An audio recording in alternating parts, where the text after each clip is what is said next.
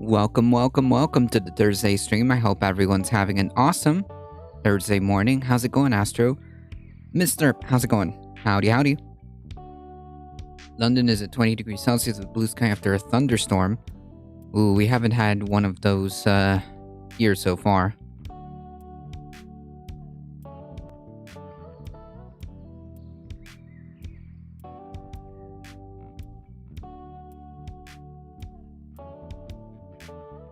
Howdy. Today we've got we've got a couple of articles to go through.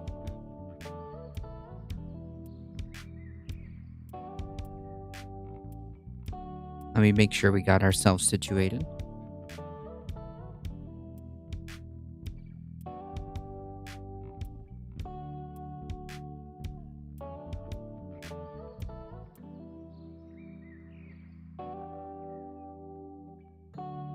Lots of big flashes and bangs with heavy rain. Well, that's... Is there like a lot of flash flooding?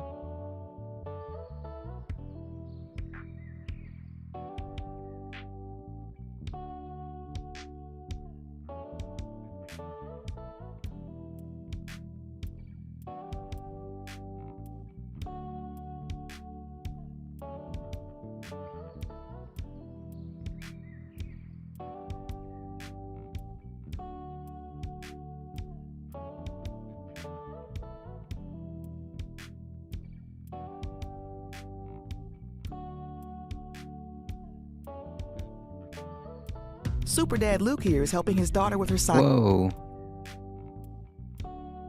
No ads, please.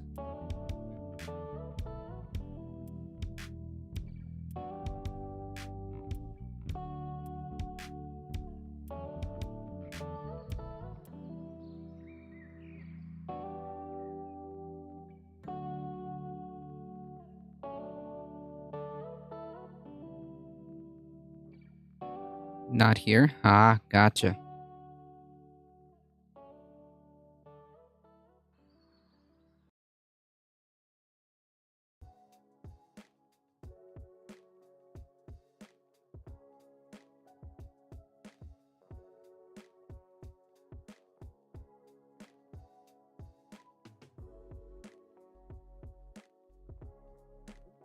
Depending on where you are,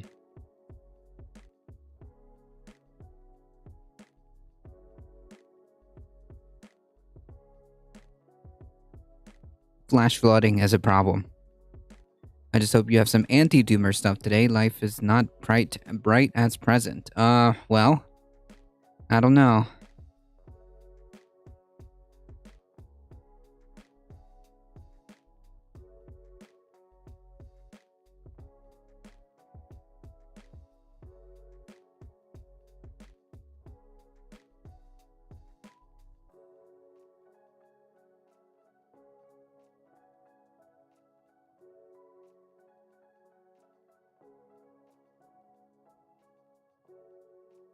We'll try to have some anti-doomer stuff, maybe.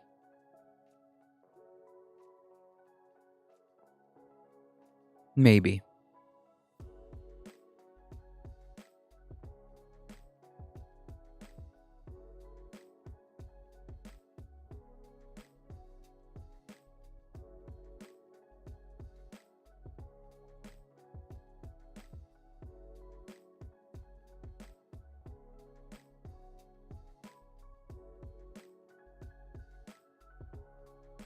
We'll try to figure out something here. Howdy, howdy. How's it going, Heat?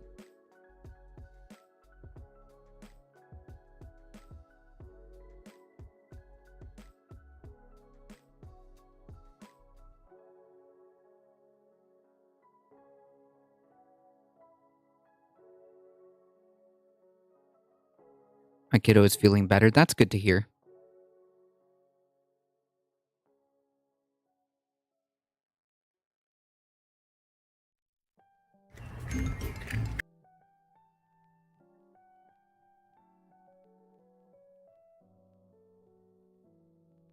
Also, really quickly, shout out to Kamikazion for the offline follow. Thank you.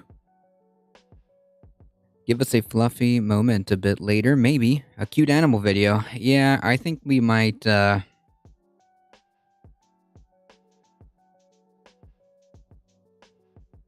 start off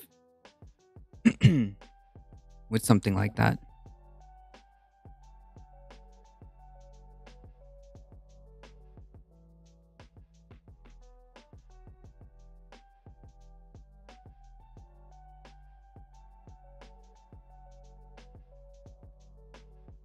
Let's see if we can find a good one. I paid the toll. Ah, I see.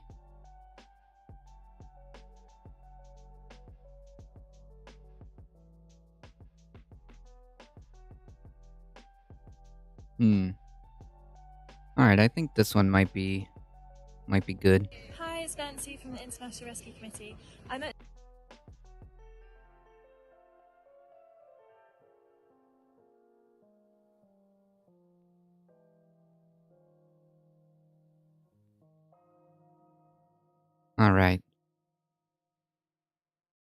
We'll start off here.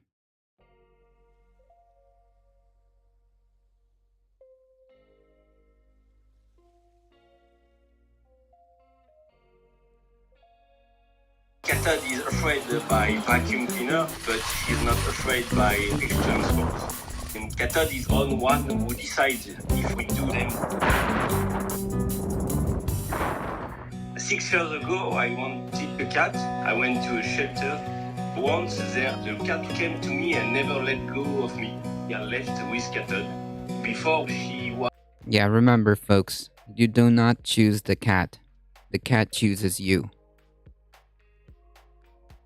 That is the main takeaway. Was abandoned by other people, so she considered me his mother. At the beginning, I went outside with Katod in my arm to make her feel safe with me. We were very close right away.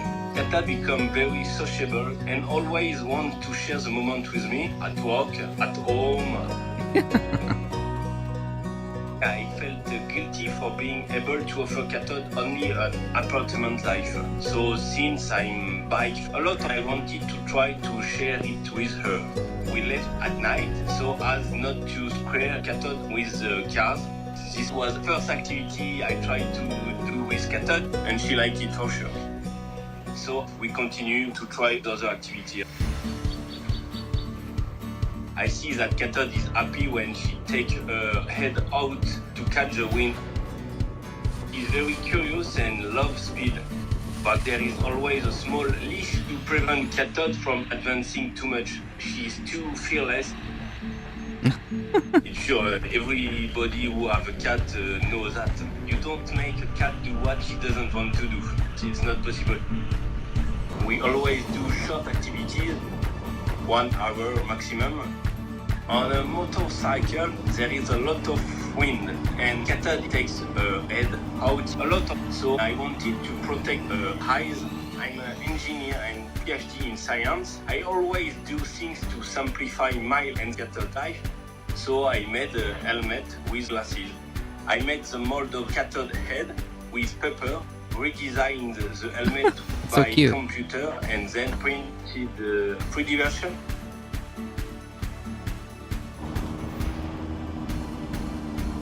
The greatest reward is to see Katod, an abandoned cat, enjoying life every day. When Katod is happy, I'm happy. She did everything for me. I can count on her more than Happy any Thursday. human. I was a little alone in my long studies. Yes, I have family. Yes, I have friends, but it's not the same. That is so cute. We have rampant inflation, huge cost of living crisis, and many people over here right now. We got small potatoes. All right, we're all here. Yes, adventure cats. Hey Bond, happy Thursday. I want to train my indoor cats to go outside safely. I'm nervous for them. Yeah, I usually keep my my kitty indoors. Yeah. I need a cat ASAP. Go to the rescue. Go to the rescue shelters. Same. Katod is always a support for me. Katod has confidence in me. She feels safe with me. Nobody has stayed with me for 6 years in good and bad. Katod did. Aww. Like, comment, and subscribe. That is adorable.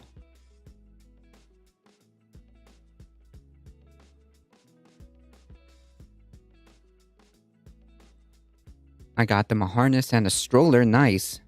Nice. That's how you do it. That's funny.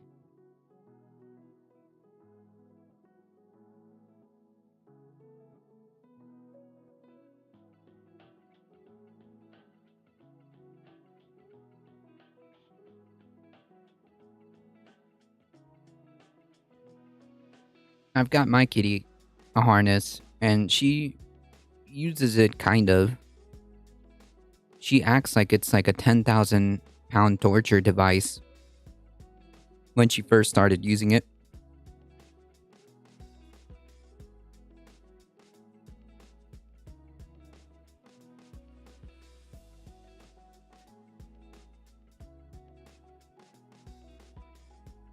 But having a harness is is an easy way of just kind of letting them go outside for a bit with you.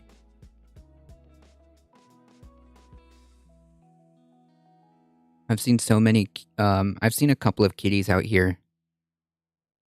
It's like wild. I don't want to say wild kitties, but outside cats, and it does make me worried. That's for sure. Hey, Thundera, how's it going? Howdy, howdy.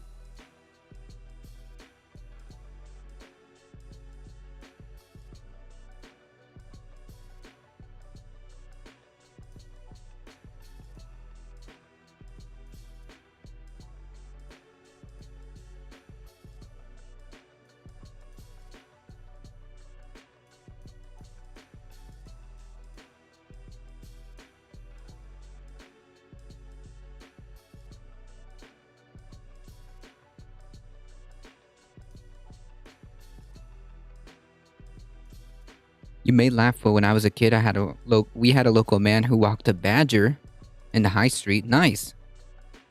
That is so cool.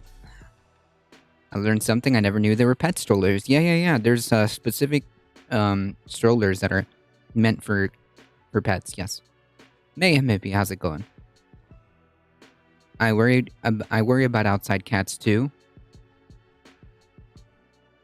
It's dangerous. Yes, it's dangerous. Not just because here, I worry because of the coyotes.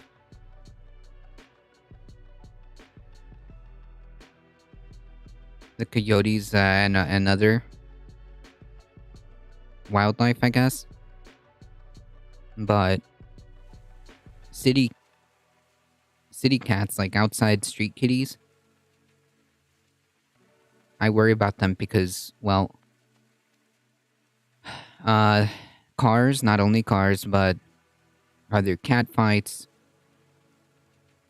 fights with stray dogs, sometimes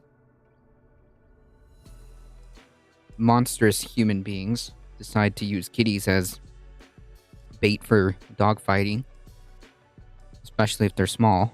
So there's like lots of different things.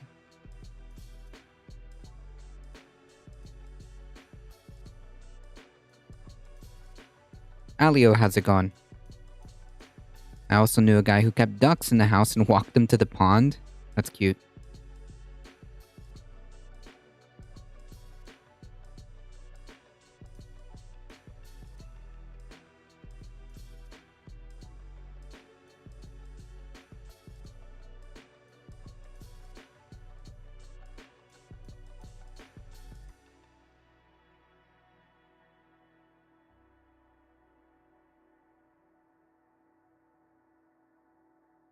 My sister has a bunny and she takes hers outside just like a couple times each summer with her little fence. Yeah, that's cute.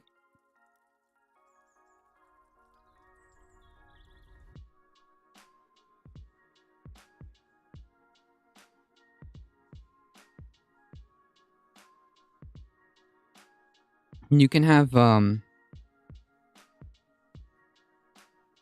leashes on bunnies too. Well, not leashes, like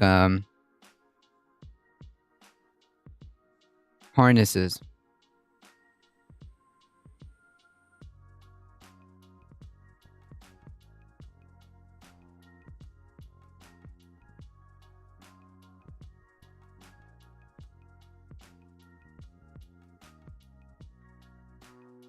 Yeah, she has a harness too. That's awesome.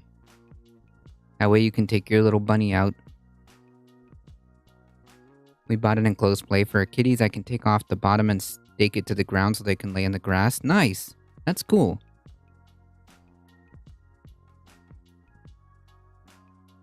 It gives me anxiety? Why? Oh, that's cute.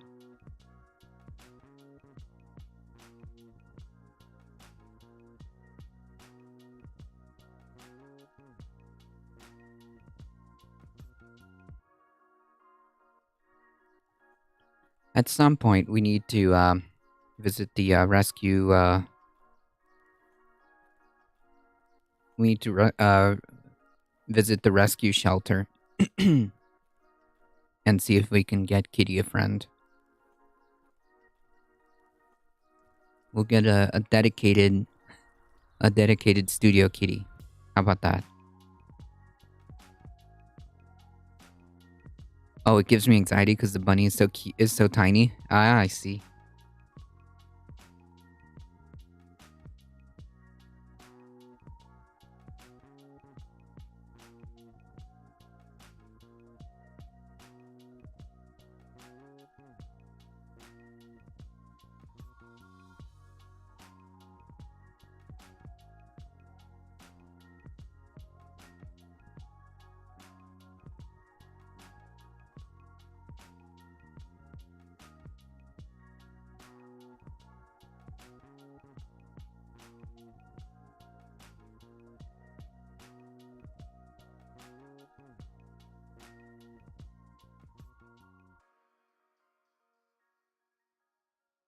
Listen, it's too early in the morning for this. The military marching? What does that mean? Is there a link you can send?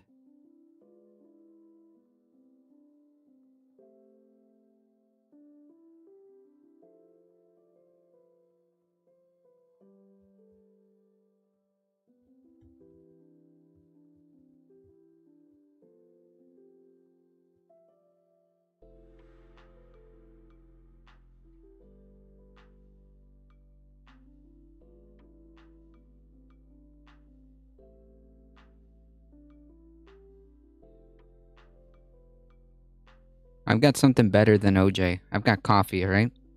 That's the only thing I need.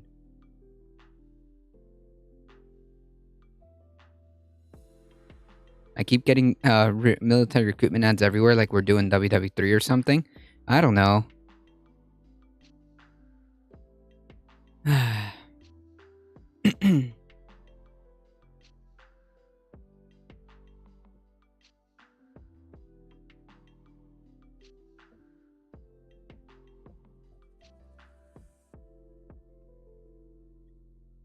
So, it wasn't the military.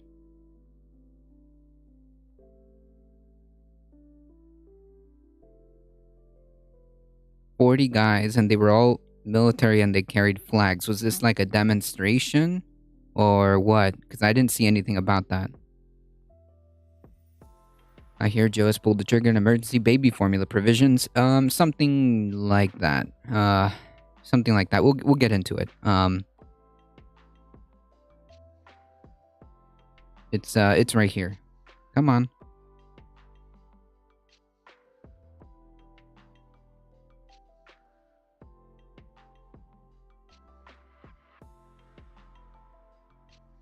I have no idea. There's no like military marching parade or anything like that to my knowledge, unless I don't know.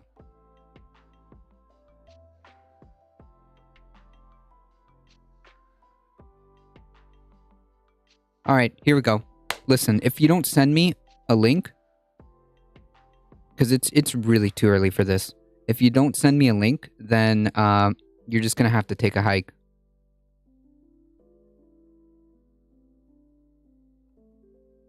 In the meantime, let's do a meme. Let's do a meme article. Yes. How about this? You send it to me via Whispers because there's no links activated. So you can send it to me via Whispers. If you can't, then you're gonna have to take a hike.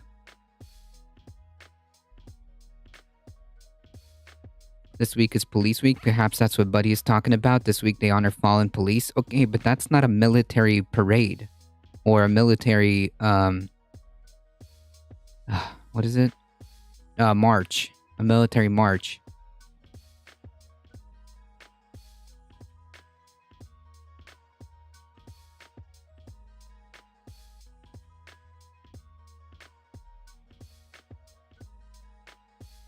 Memorial Day is also next weekend.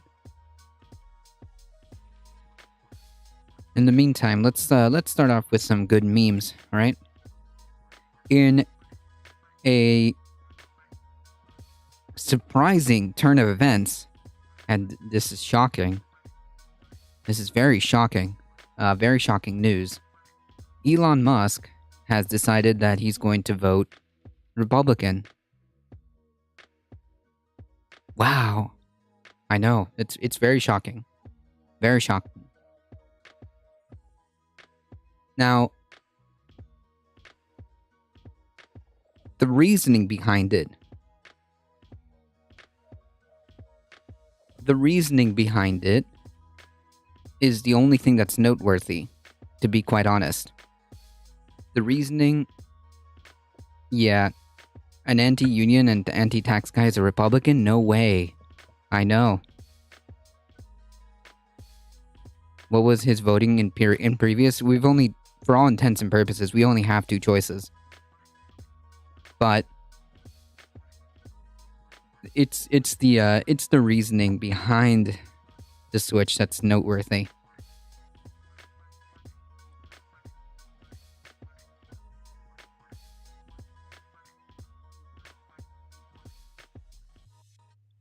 During a live episode of an All In podcast, Musk told his host that he would be voting Republican in the upcoming elections despite his track record of almost exclusively voting Democrat. I have voted overwhelmingly for Democrats, historically overwhelmingly. I'm not sure, I might have never even voted for a Republican, just to be clear. Alright, whatever. Here's the reasoning. The issue here... the Tesla CEO provided some insight into the reason for his political switch, claiming that the Democrats aren't necessarily controlled by the people, but by special interests. Which is, okay, I mean, sure, but that would apply to both parties.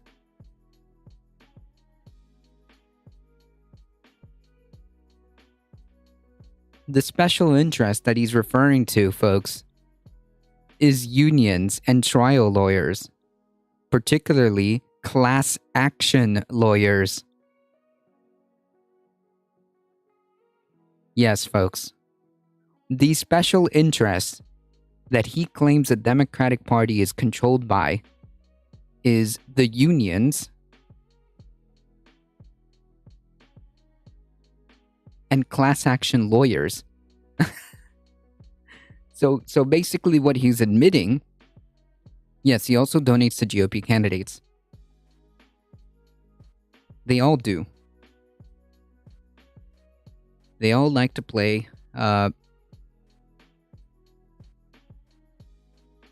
they all like to play whichever side would give them most favor, right? At one point, the corporate Dems maybe served their interests better. But now, the jig is up, folks. This is a tacit admission that number one, the Democratic Party is more aligned, and I use that in light terms because that's what his perception is. His perception is that the Democratic Party is actually aligned more with labor than the Republican Party. Mind you, the Republican Party has attempted to bill itself as the party of the working class. But yet, we have Elon Musk admitting the fact that that's not actually the case. In fact, he doesn't want that. He wants to go to the party that is not aligned with, in his perception, with labor. Because, of course, a billionaire who has a history of union busting, skirting regulations, exploitation, doesn't want that. And of course, he considers special interests as class action lawyers because guess what? He's a target for class action lawsuits because of all the unethical and sometimes illegal stuff that he does. That's why he doesn't like them.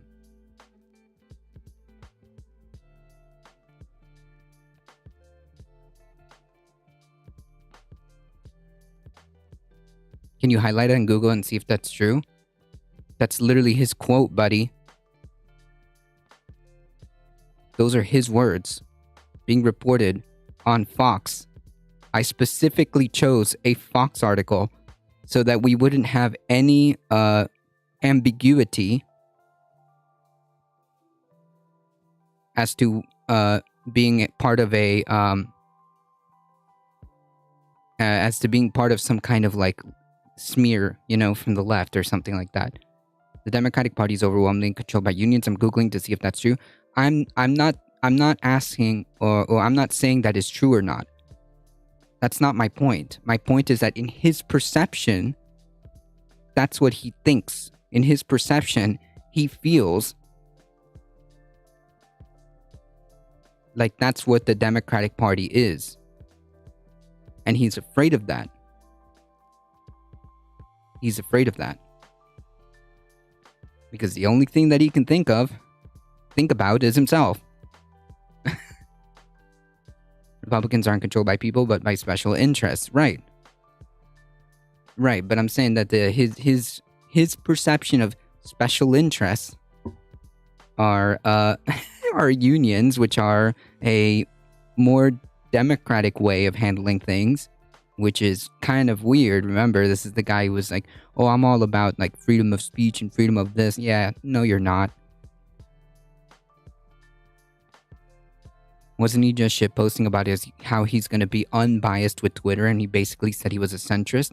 Yeah, he's about as centrist as Tim Pool. Cralio. How's it going? Madison Cawthorn got primaried and he lost his seat in Congress. True. That is true. That is true, and that is a hilarious L. Or should I say maybe W?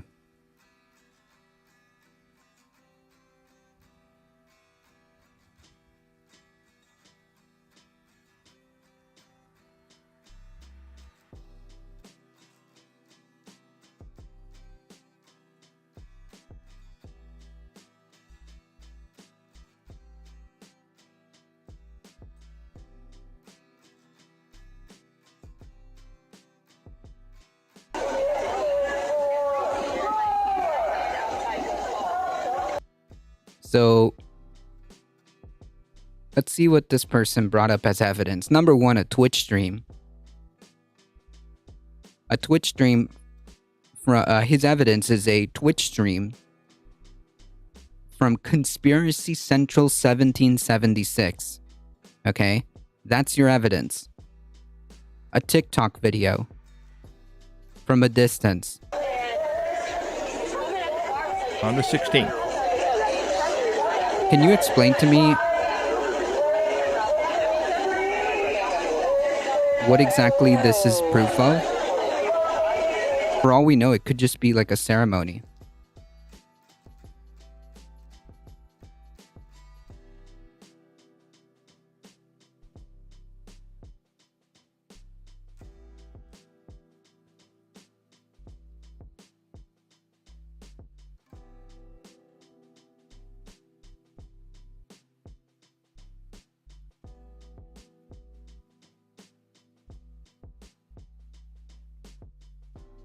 You're saying there's more?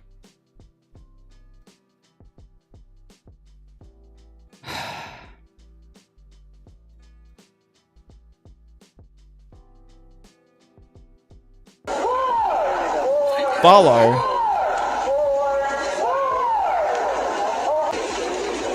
And then what they do is they walk to the front of the White House and pass in front of the White House, as if this is a military standoff. Watch this, guys, and then we're going to get into it. This isn't a military standoff. This literally looks like a little, like, a demonstration. Like for a ceremony.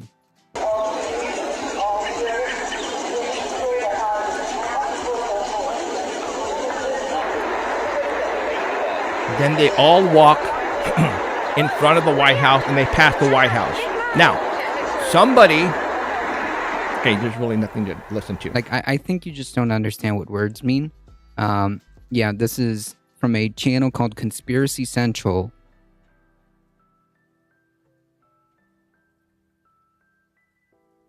It's too early for this. Fuck off.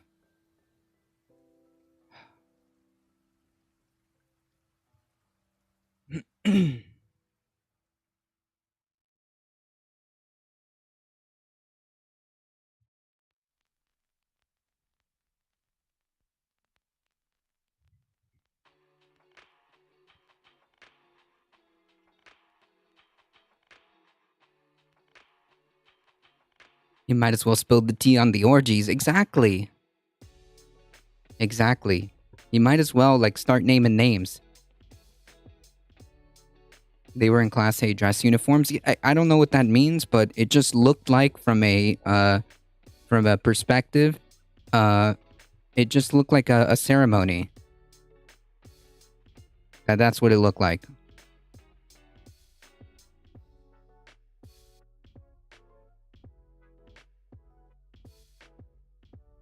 Anyways.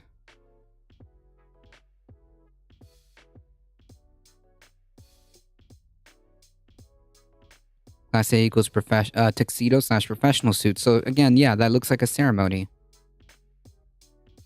It looks like the counter protest I saw at BLM. Really? No, it didn't look like anything. It looked like a military just like ceremony, honestly.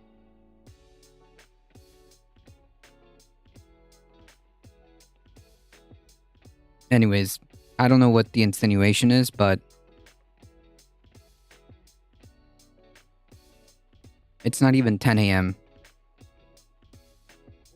It's not even 10 a.m. I don't have time for this.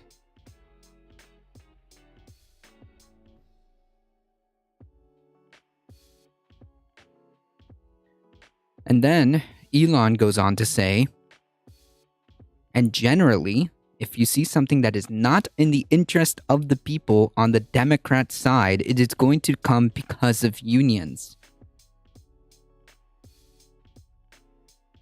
Folks, what do you think unions are?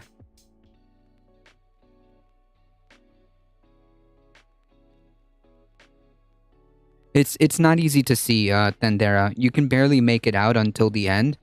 You can then see where they come forward. First of all, the video itself is very, it's shot from afar. And second, it's just like, you can see it towards the end. They're just doing like some kind of like little ceremony with like a small contingent of folks. So yeah, it does look like a ceremony. Anyways. Was that the president's dog reverse harm of dog walkers? That's funny. I'm confused. Unions are for the people to get help benefits for workers. Even I know that. Yeah, that's my point. Elon Musk is an absolute clown. Elon Musk is an absolute clown and kind of self-reports here, right? He does not like unions. He sees them as special interests. He sees them as inherently a threat to him because they are. Because he is actually very anti-union, very anti-worker, because, well, he's a narcissist who likes to have control. That's the only way, folks.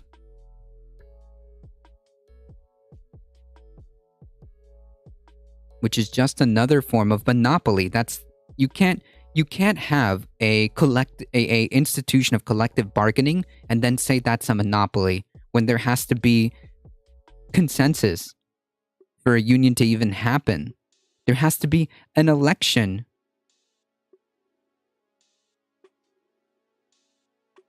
There has to be an election in order for a union to even be. You have to have a vote to even submit your application. You have to have like a petition or whatever in order for you to even apply for a union, and then you have to win your election, in which case the majority of workers have to vote to unionize. How is that a monopoly?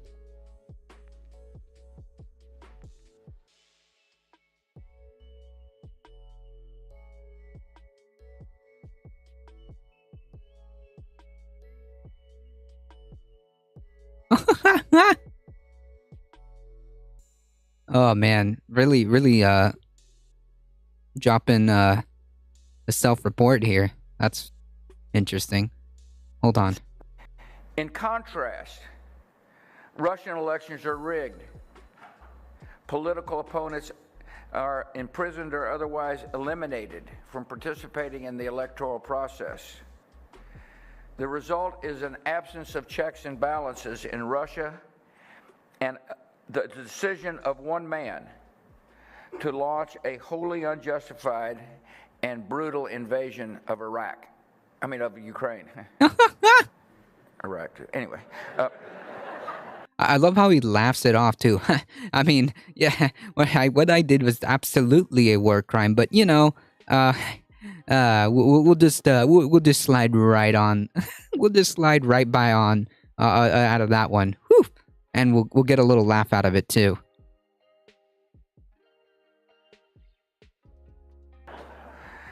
75. We'll just do some old man comedy as we just skirt on by the war crime that I just admitted to, the illegal war crime I just made an admission to. Jesus Christ.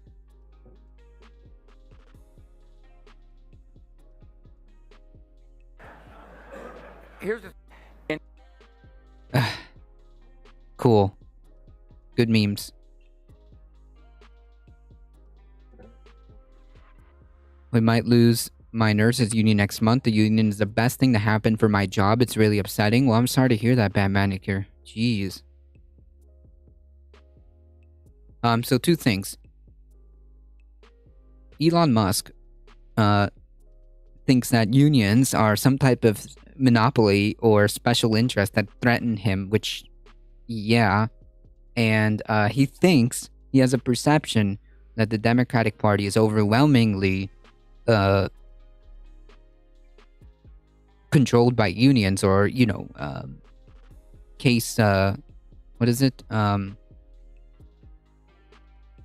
class action lawyers, which I don't know if that's even true, but the perception is that that's how he thinks of the Democratic Party.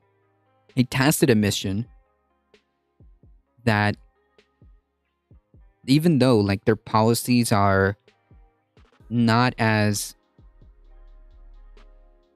worker friendly as they could be, the perception is that the Democratic Party is generally more friendly to workers than the Republican Party. That's just it. No matter what the GOP tells you. This is how a billionaire looks at it.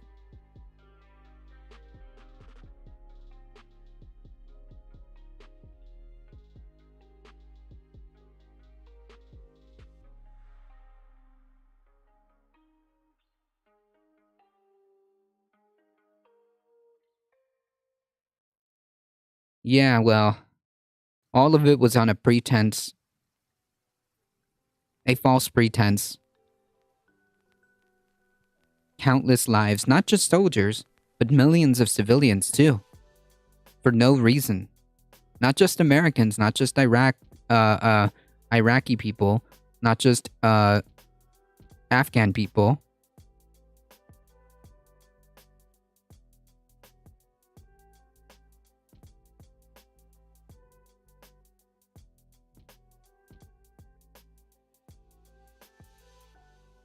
The only thing that we got two things. Well, we got several things, I should say. We got death, debt, destruction, and a whole lot of military contractors, very, very rich.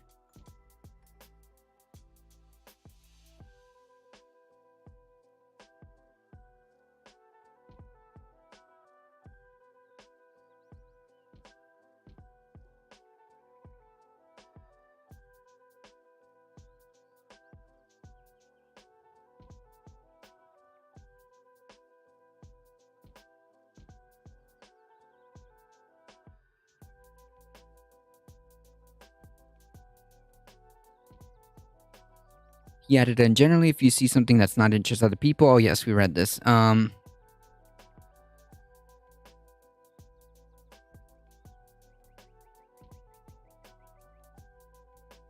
Anyways, we go on to the conservative swing of things, but I'm not gonna. I don't need to go any further other than using his quotes to kind of paint an insight.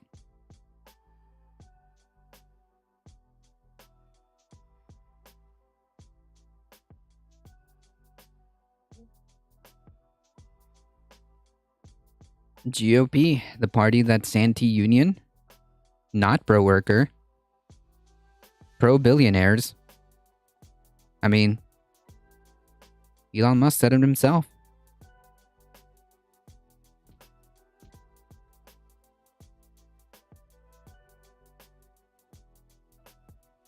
All right, so switching gears, President Biden invokes the Defense Production Act to increase infant formula supply. President Joe Biden took steps on Wednesday to address shortage of infant formula, invoking the Defense Production Act to help manufacturers obtain the ingredients needed to ramp up supply.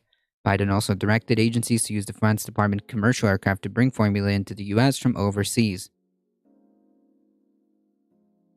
Baby formula aisles at U.S. supermarkets have been decimated since top U.S. manufacturer Abbott Laboratories in February recalled formulas after complaints of bacterial infections. We'd also like to note that these folks decided to also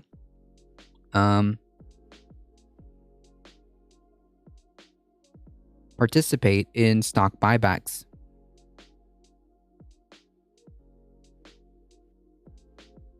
On Monday, Abbott said it had reached an agreement with the U.S. health regulator to resume production of baby formula at its Michigan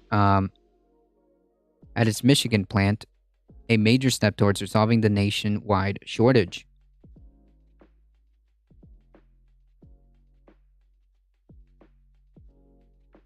Hold on, folks.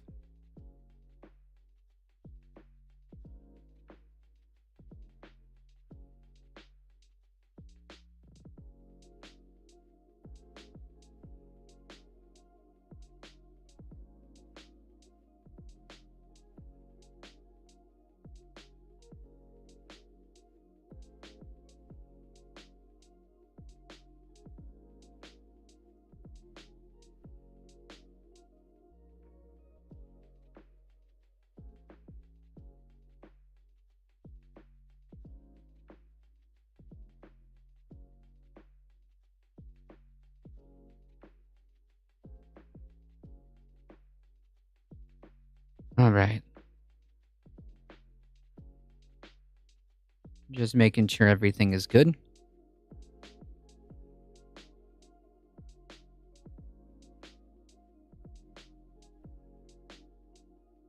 I grew up military. Most of them were good and decent folks. My dad joined because his dad and grandpa and great-grandpa all served.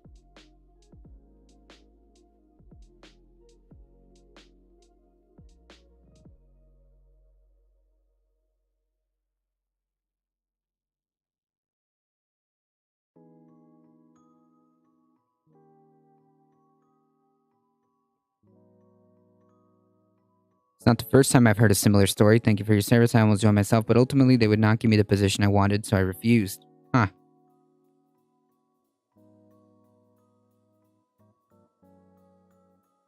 Yeah, I don't think I could do military.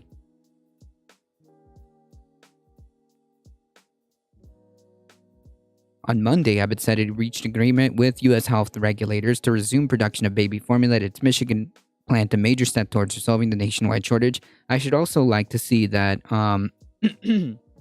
because this is such a crucial thing, why were they allowed to do that, and what kind of fines would be levied upon a corporation for doing this.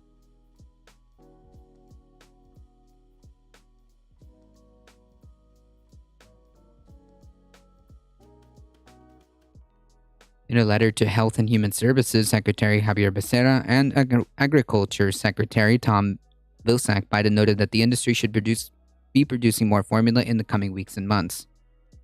Imports of baby formula will serve as a bridge to this ramped-up production. Therefore, I'm requesting you take all appropriate measures to get available additional safe formula into the country immediately.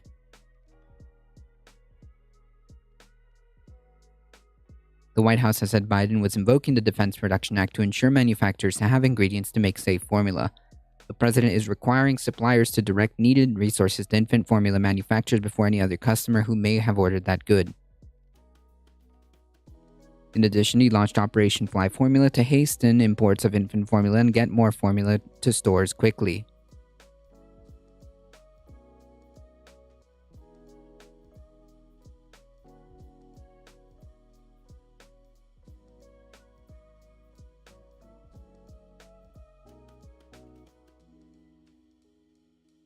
Be yourself, learn from mistakes, and grow strong by making better choices. That's a good advice.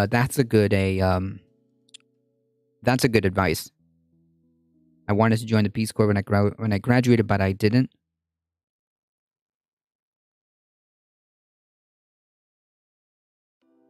I'm glad they're addressing this. I feel bad for panicked. I feel for those panicked parents. Yes. Bypassing regular. Biden has also directed HHS and USDA to use military commercial aircraft to pick up overseas infant formula that meets U.S. health and safety standards. Bypassing regular air freighting routes will speed up importation and distribution of formula and will serve as an immediate support as manufacturers continue to ramp up production. Yeah, so basically the TLDR is that, Biden has... While this is good and needed, it just shows that Biden has the capability to do certain actions, right? Under extenuating circumstances, right? An extenuating circumstance would be a shortage in baby formula. That sounds like to me a reason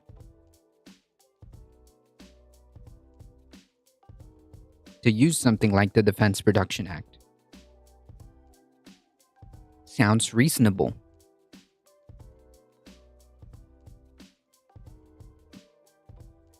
And somehow, when we're faced with a truly existential crisis,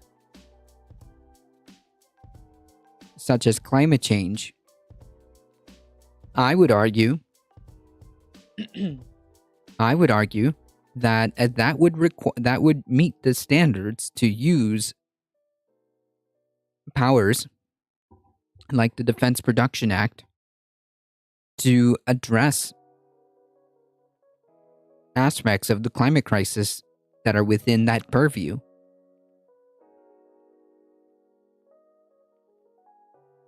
I'm just saying. Yeah, I know it's not meant for everyone. If you feel like it is, shoot your shot, but get the expertise from a new adventure. Yeah, no, I don't think it's for me. My kids have access to a private school for free. Their job training is one of the top in the country. We tend to push our kids for technical training rather than college. That's definitely a good idea.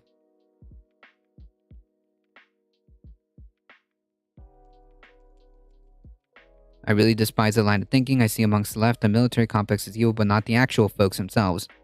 Well, yeah. Keep in mind that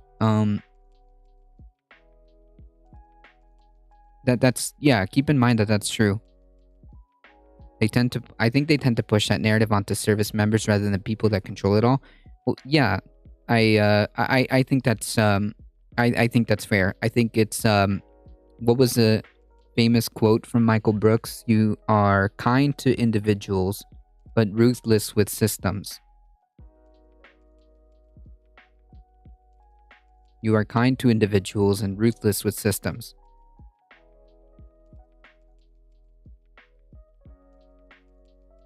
Not word for word, but the sentiment is there.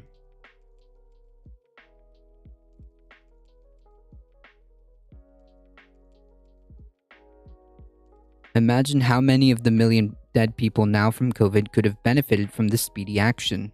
That's a good point.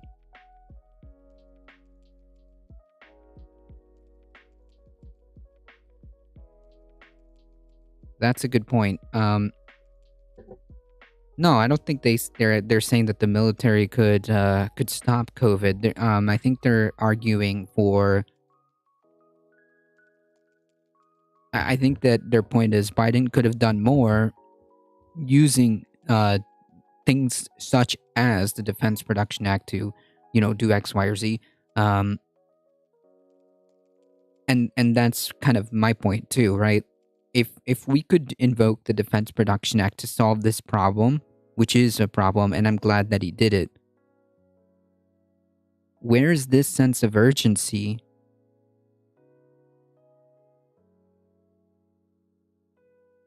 Where is this sense of urgency for other crises? Batmanic, you're gifting a tier 1 sub to Heat. Thank you so much. I appreciate that. Did they use the Defense Production Act for masks during the shortage, or could we do it with the vaccines or even with the patents? I think there were certain actions. For the Defense Production Act for masks, and I think for even vaccines. I'm not sure. I think that Defense Production Act was enacted for something like that. I'm pretty sure I heard about it. What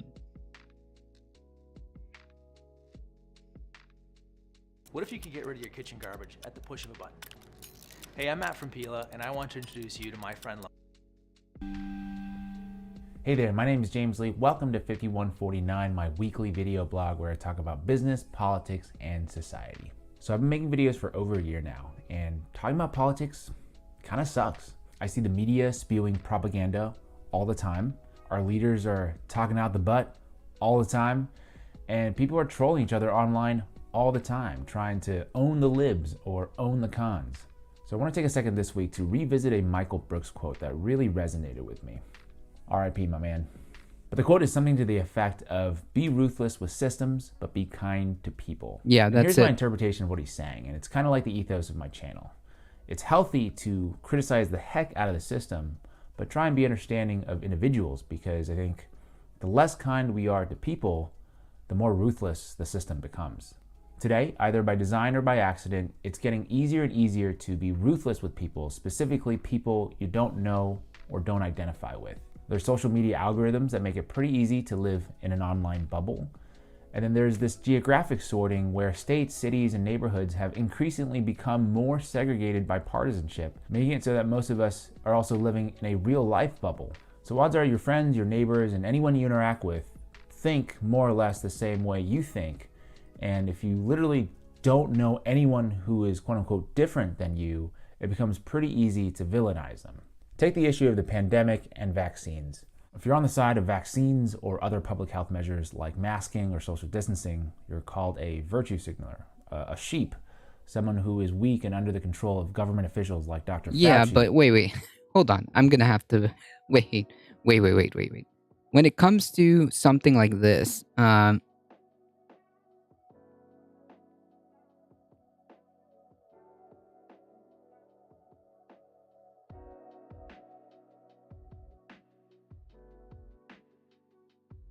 not going to dox myself, but I went from a German last name to a Norwegian one.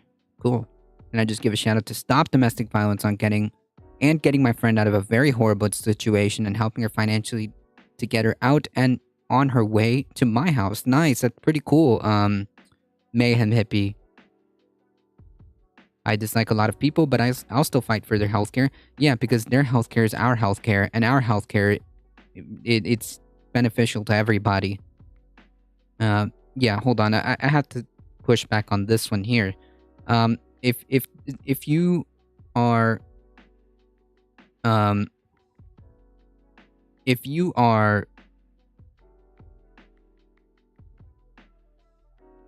anti-vax and you are spreading just actual nonsense that has no basis in reality, that is not the same as someone having a different opinion than you, right? What is even the system? It just depends. If, for example, the military-industrial complex, right?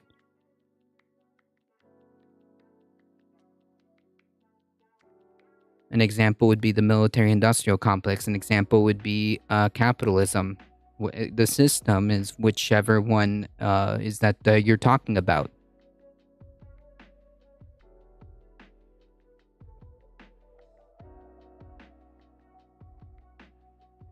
Or government agencies like the CDC, when in reality, for a lot of people in this country, it's been more than a year of not normal life. And some people's psychology has been deeply impacted by that. There's a little bit of anxiety about a return to normal, being around a bunch of people, which should be totally understandable. And on the flip side, if you're hesitant about vaccines, there's no shortage of people who are waiting in the wings to troll you, implying that you're stupid, uneducated, or incapable of logical thinking. No, it's not that if you're skeptical.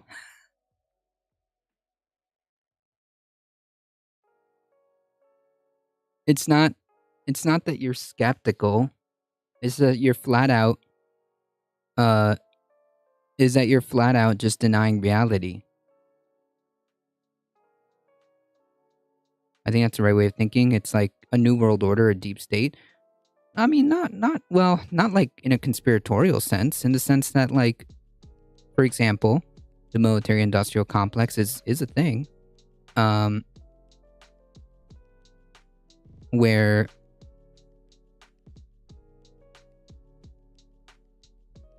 it's obvious that there are private interests and there's lots of money to be made in arms manufacturing and arms selling. I don't think that's conspiratorial. I don't think that's anywhere near the framework of like New World Order or talking about a deep state.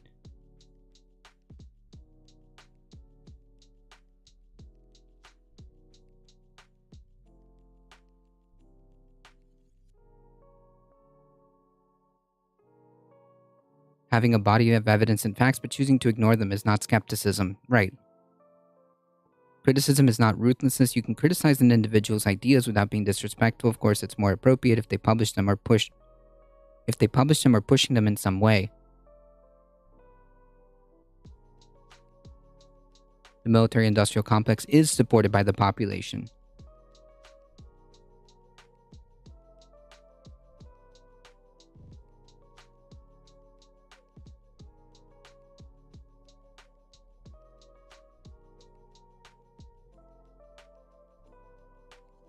It's referring to people who say all soldiers are bad in the military. I know that we have bad apples, but it's not all of us. Well, there are bad individuals. Yes, that is true. There's no long-term thinking. There's no long-term research and possible long-term side effects. Are we wrong in being concerned and hesitant? Maybe at first, yeah. Like, if you're concerned and hesitant, that's not the issue. At the end of the day, you got, vaccinated, so. Committing an immoral act is not the same thing as being a bad person.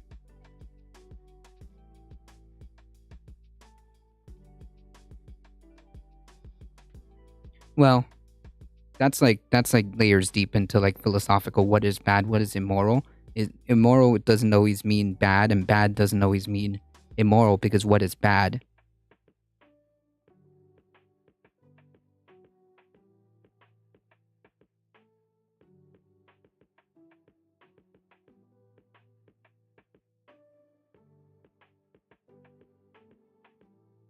My hippie leftist mom absolutely won't get vaxxed. She has been anti-vax my whole life and I don't know. That's interesting.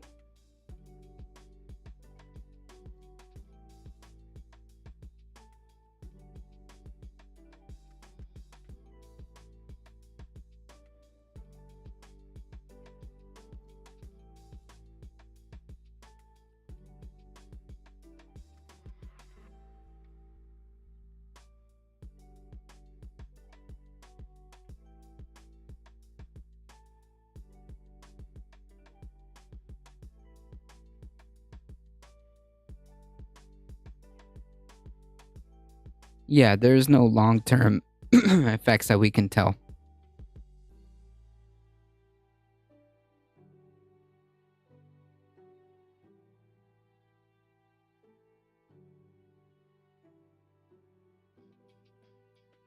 I would argue that I would argue that yeah, some of the recruiting methods are immoral. I think that it's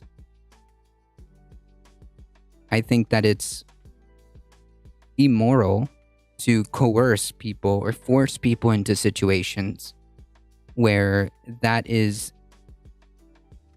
a choice that they will make. Does that make sense? Does that make sense?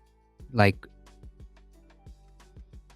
if you give people under this system very limited choices, and you can get out of it.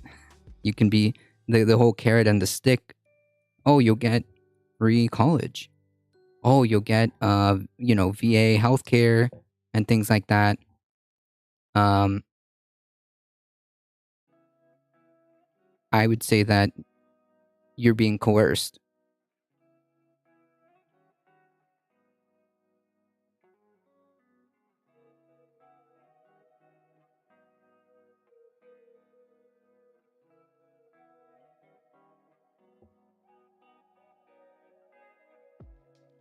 Killing is wrong. Yes, that's true.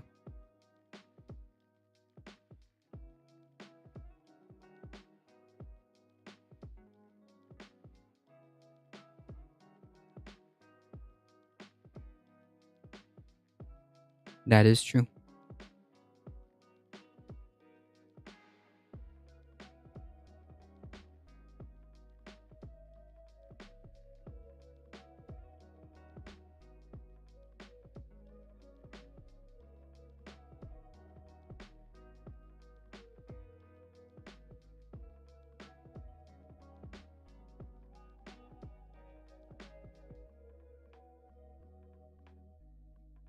What about the draft card? We don't have a draft, do we?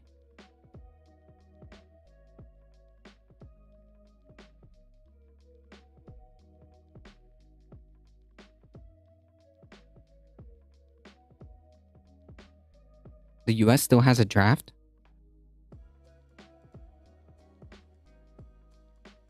What?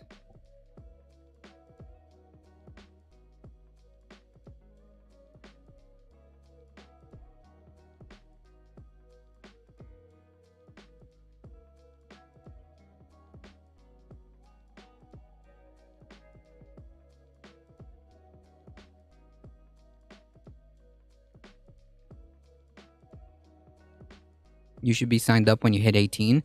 Oh. Okay. So that's what that is. I always thought, like, in order for you to have a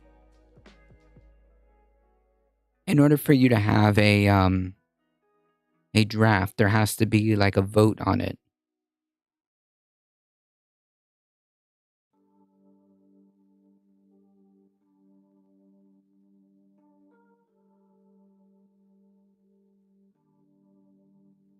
Yeah, selective service. Yep. I think it's automatic, isn't it?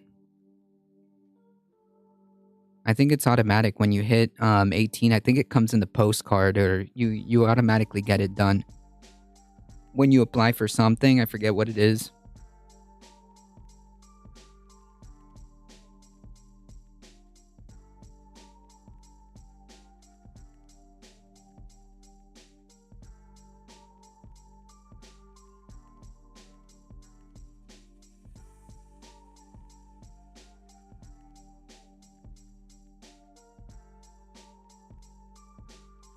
It's automatic only for males. Okay. Signing up for the draft, you have to sign up for it in order to get a driver's license. Okay. Well, I have one of those, so.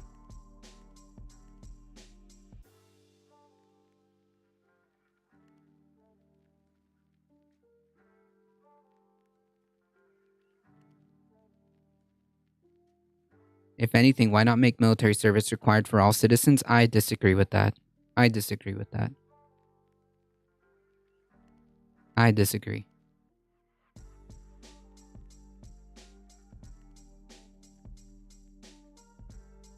I would not want a system. I do not want a system where everyone is required to be in the military.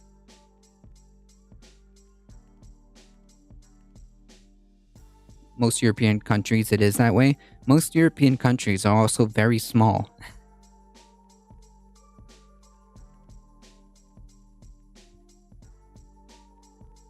And just because, like, other countries do it, doesn't mean it's good.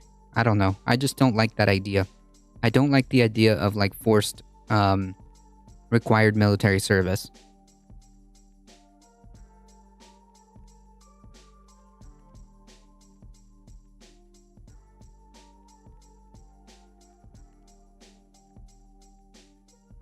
Mandatory service leads to more excuse to use the forces that the US would have. Right. It would also bloat our already bloated military budget. Yeah, imagine like 325... Well, no, that's not true. I would have to know how many, like, 18 and up folks would even be eligible. But no, that's just not... No. No. I do not agree in a forced military service. That's wild.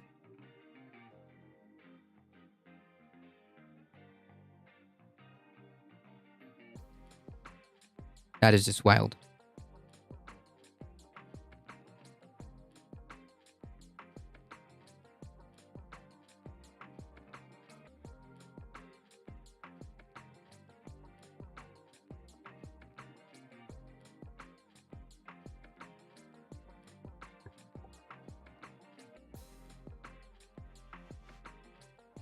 Would you not think it's be prudent to promote a healthier living situation and learning skills for all people?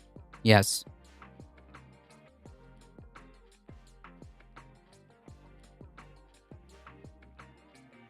Yes, I would rather have resources promoting better living situations, education, housing.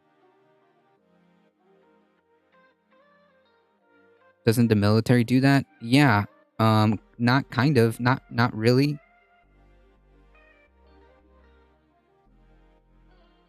I think 0 kids should actually go.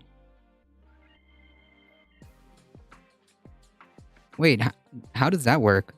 0 rich kids should go, you're making them more richer? How? The military, if the military is going to exist, it should only be draft so that the rich kids have to serve too. Yeah, and having an only draft method would also ensure that, like, people they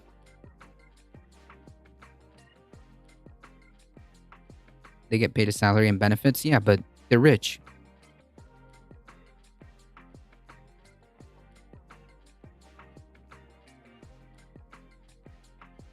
Wait, what does that make? How does that make them richer? They're already rich. Nobody's going to say they joined the military to kill brown people overseas. Right. The military will show you how to work out and stretch. After, it will abuse your body. You're broken, then cast aside once you no longer can make a spreadsheet green.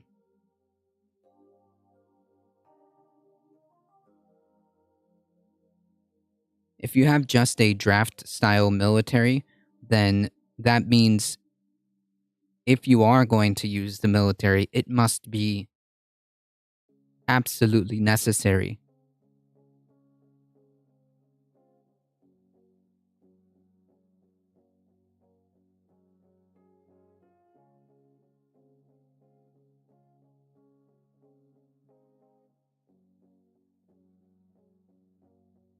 Anyways, TLDR, I don't agree with a forced military thing.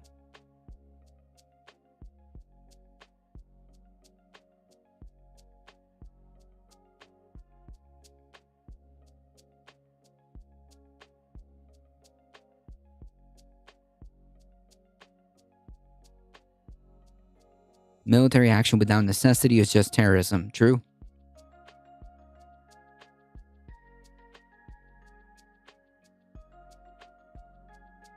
But not every person joining the military gets their bodies bruised and battered. That's also true.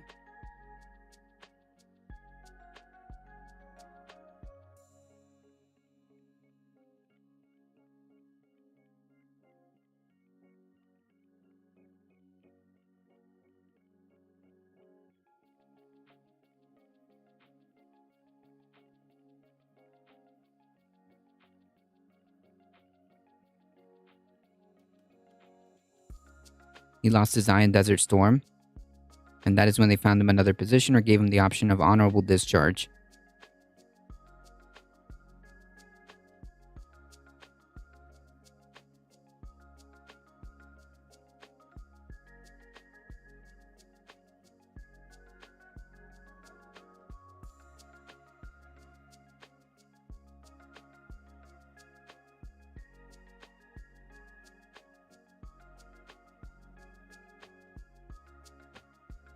Anyways, good quote. I agree.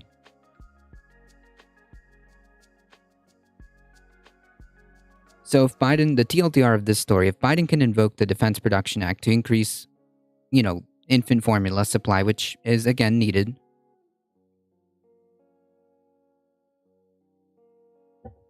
then where is the sense of urgency when it comes to the climate crisis?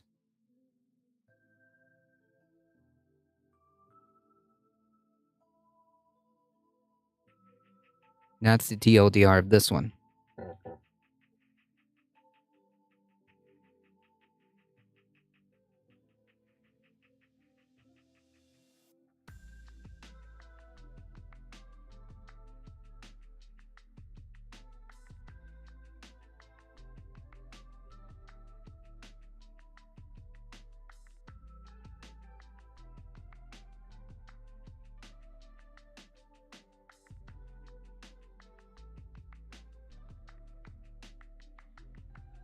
Ex-Minneapolis police officer pleads guilty.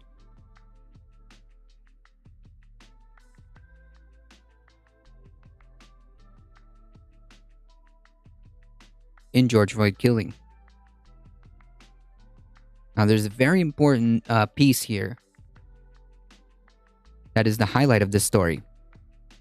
A former police officer, Minneapolis police officer that pleaded guilty to a state charge of aiding and abetting second-degree manslaughter in the killing of George Floyd, admitted that he intentionally helped restrain the black man in a way that created an unreasonable risk and caused his death.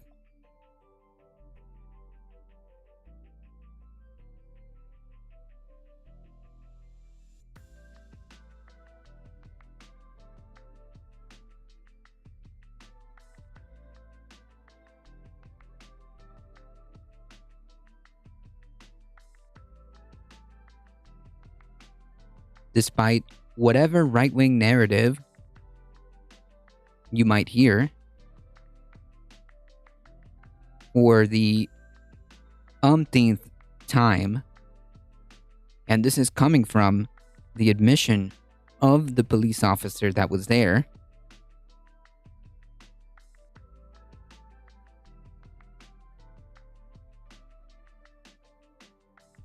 of the police officer who was there, he admitted that he intentionally, not that he forgot training, not that he had some slip,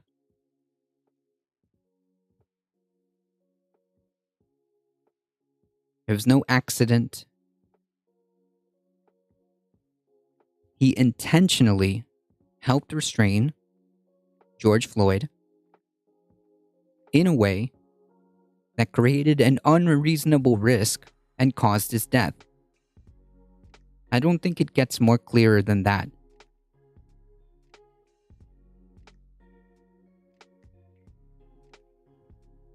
No matter what Steven Crowder says,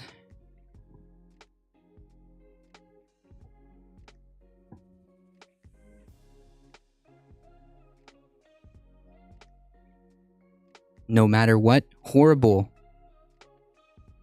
racist recreation, the actual police officer involved in the murder of George Floyd admitted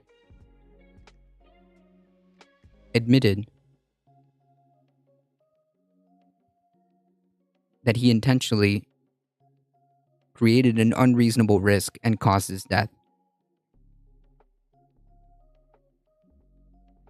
As part of Thomas Lane's plea agreement, the more serious count of aiding and abetting second-degree unintentional murder will be dismissed.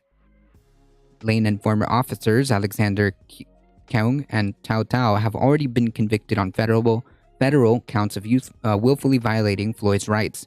While they have yet to be sentenced on the federal charges, Lane's change of plea means that he will avoid what could have been a lengthy state sentence if he was convicted of the murder charge, which would have been more likely than not that he would have been convicted.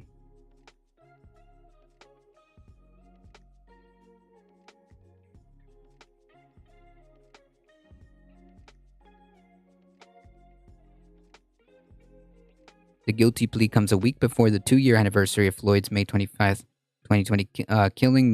Floyd, 46, died after Officer Derek Chauvin, who's white, pinned him to the ground with a knee on Floyd's neck as Floyd repeatedly said he couldn't breathe. The killing captured on widely viewed by bystander videos.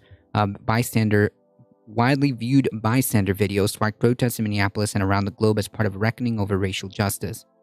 Lane, who is white, and King, who is black, helped restrain Floyd, who was handcuffed. Lane held down Floyd's leg and King knelt on Floyd's back. Thao, who is among American, kept bystanders from intervening during the 9.5-minute restraint. All three are free on bond, of course. The state trial scheduled for June is expected to proceed for Kyung and Tao. Lane is scheduled to be sentenced on the state charges September 21st. In his plea agreement, Lane admitted that he knew from his training that restraining Floyd in that way created a serious risk of death, and that he heard Floyd say he couldn't breathe. He knew Floyd fell silent, and he had no pulse, appeared to have lost consciousness.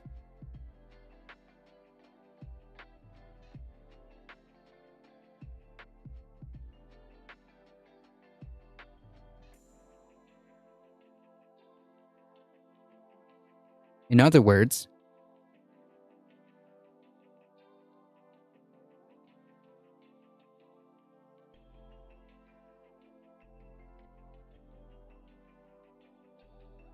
I had the training.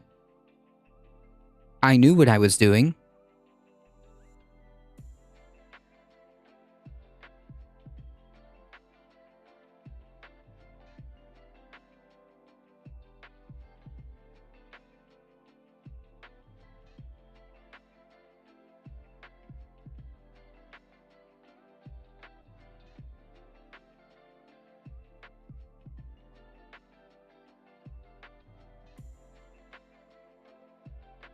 I just decided that George Floyd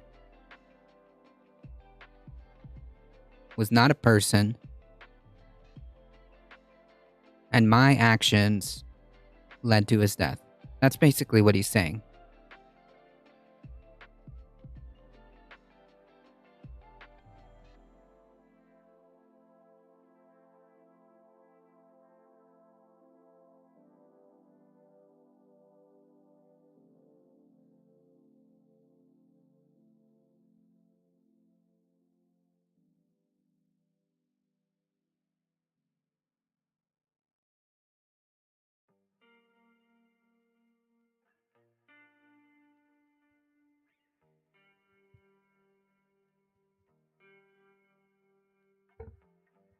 The plea agreement says Lane knew Floyd should have been rolled on his side, and evidence shows that he asked twice if that should be done, but he continued to assist in the restraint despite the risk. Lane agreed that the restraint was unreasonable under the circumstances and constituted an unlawful use of force.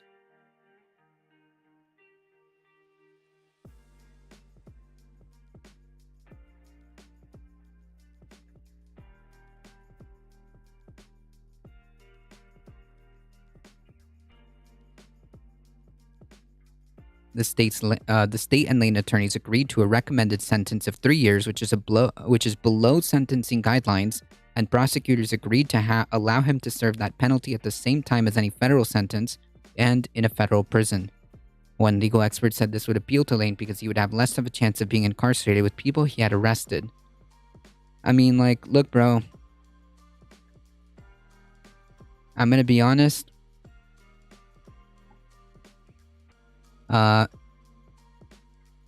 You made conscious decisions.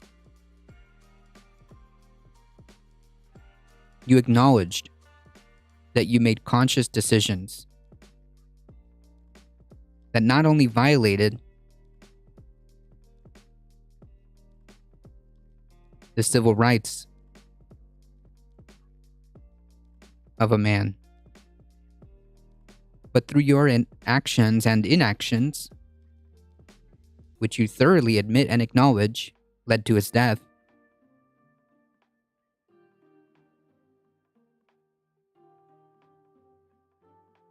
I quite frankly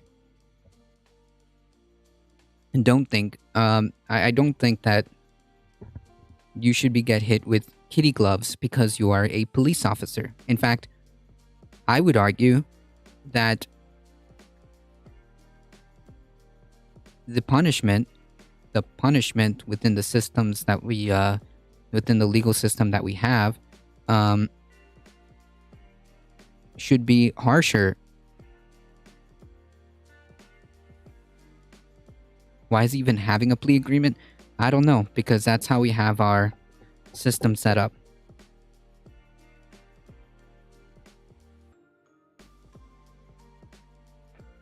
Plea agreements are like double-edged swords. They can be used as a coercive method, or they could be used as a way of avoiding accountability. Avoiding accountability.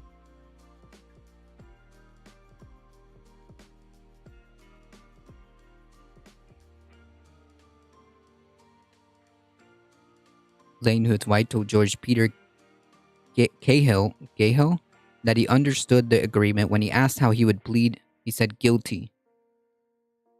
Attorney General Keith Ellison, whose office prosecuted the case, issued a statement saying he was pleased that Lane accepted responsibility.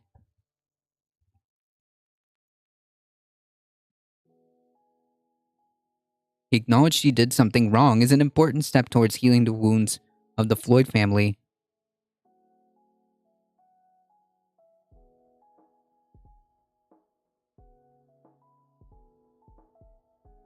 Our community and the nation. I'm not sure.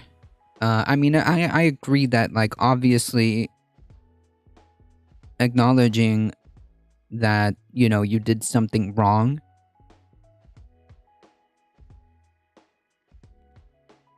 is a good thing.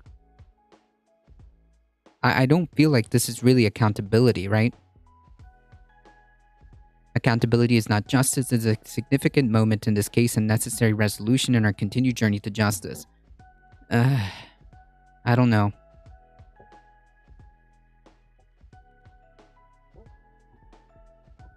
If you're wanting a plea agreement, then you're basically confessing to me you're based on those proponents, you're a coward.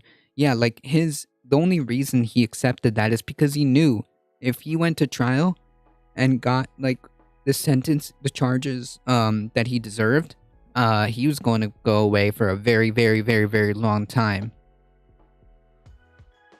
In what way did he contribute? He acknowledged that his actions and restraining were A, not part of training, and B,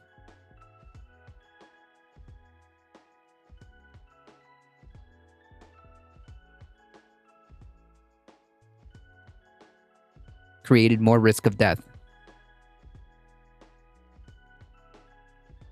He admitted that restraining, he knew from in a plea agreement, Lane admitted that he knew from his training that restraining Floyd in that way created a serious risk of death and that he heard Floyd say he couldn't breathe.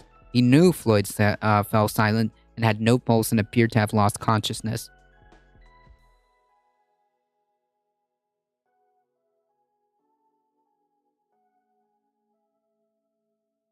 He didn't just, yes, he participated, but he also did nothing.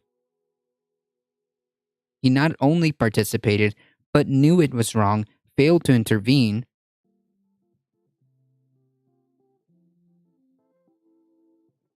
Yeah, he did. He's just, in my eyes, he is just as culpable. In my eyes, he is just as culpable.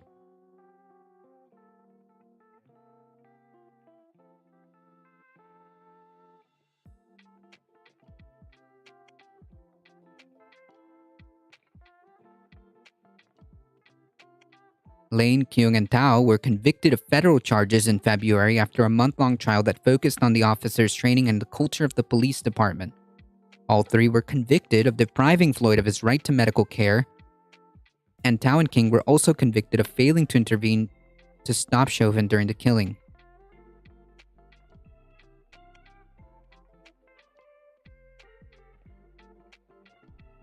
After their federal conviction, there was a question as to whether the state trial would proceed. At an April hearing in the state court, prosecutors revealed that they had offered plea deals to all three, but they were rejected.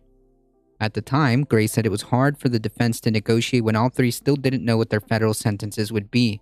Yeah, like I said, I don't know if I agree. I don't know what the right answer would be. Because there are scenarios where a plea deal... I don't know. I don't know if plea deals should be a thing, in my opinion. I don't know if plea deals should be a thing. I think that if you're being charged with a crime, then there must be evidence. And that will come up in the trial. And if you're...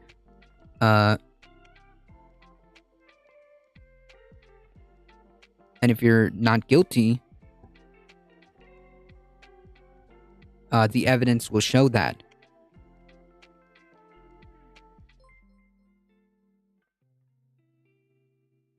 And that's why Black Lives Matter with police brutality, yes. Oh my goodness. Come here.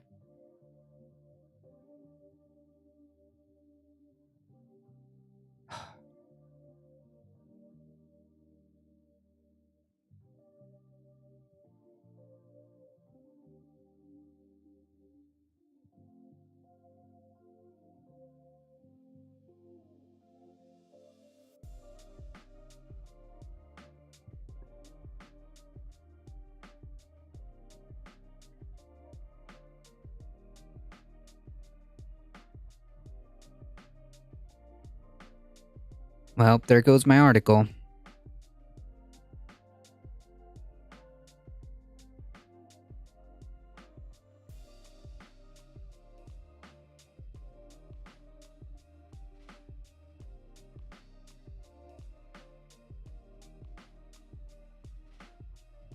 I think plea deals maybe make sense in low-stake cases, like non-violent minor theft, maybe, but in life-altering tragedies, especially of national proportions.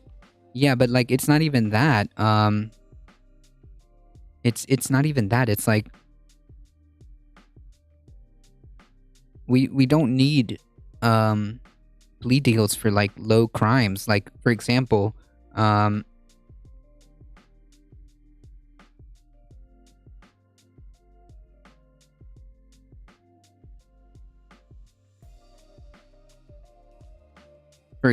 we would have what, plea deals for like drug crimes? That shouldn't be a crime anyways. That shouldn't be a prosecutable crime anyways, right?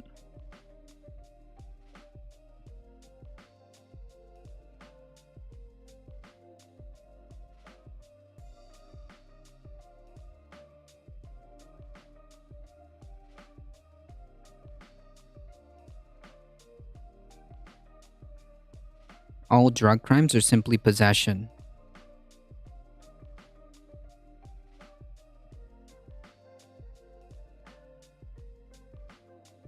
Yeah, no drug crimes. If you're caught, Um, yeah, no drug crimes because then if it's legal, meaning decriminalized, or in some cases even outright legal, then what crime could you be charged for?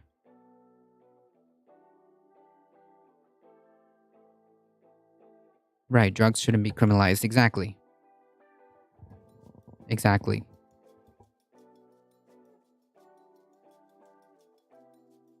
So getting caught with a kilo of crack cocaine, yep, legal. If that's your, yeah, legal. Decriminalizing drugs does not automatically make them legal. No, but it doesn't make them.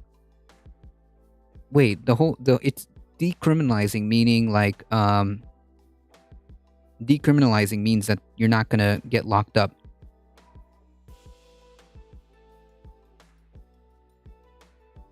I think the point of plea deals is to unclutter the justice system, in which there may be some merit to. Yes, but I don't know if that's the right way of doing it.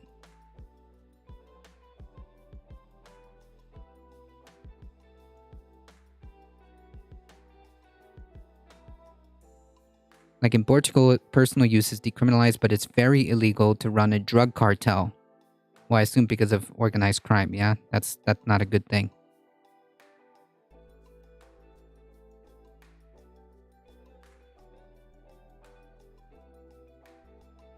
I think by, in effect, decriminalizing drugs will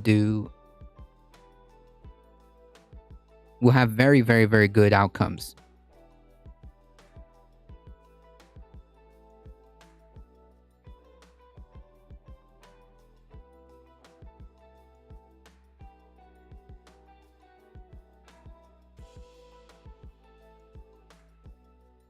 Selling on the street corner next to a school.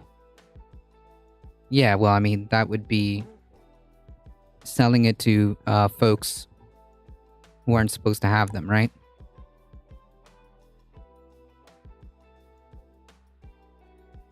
And decoupling criminality from drugs, which is a holdover from the failed war on drugs, allows us to get people to the help centers that they need rather than looking for them, locking them up for possession. Yes, I agree. I agree.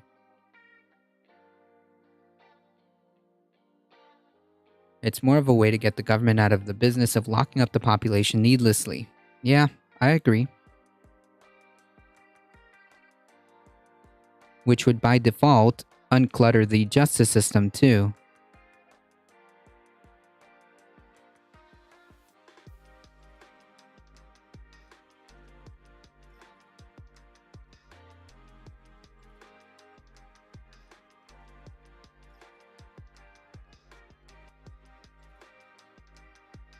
Alright.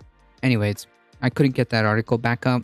The TLDR is that, yes, we can for a fact state, as evidenced by a first-hand account, that yes, indeed, no matter what right-wing narrative gets spread, absolutely, Derek Chauvin and the other 3 officers absolutely murdered George Floyd. House passes domestic terrorism bill in response to Buffalo shooting. I mean, like, the House passed legislation on Wednesday night to address the growing threat of white supremacists and another domestic extremist groups after the mass shooting in Buffalo, New York. The measure passed 222 to 203 just days after a gunman shot 13 people, 11 whom are black, at a supermarket in Buffalo. An 18-year-old white man is in custody. I and many others in this body know what it is to experience acts of racial hatred and witness events of domestic terrorism. Majority Whip James Clyburn said on the House floor on Wednesday, "We cannot continue to turn a blind eye to white supremacist vigilantes. It impacts us all while the gunman in Buffalo is aiming for people who look like me, others who did not look like me fell victim to this evil act. The Domestic Terrorism Prevention Act would create domestic terrorism offices within the Justice Department." Wait a minute.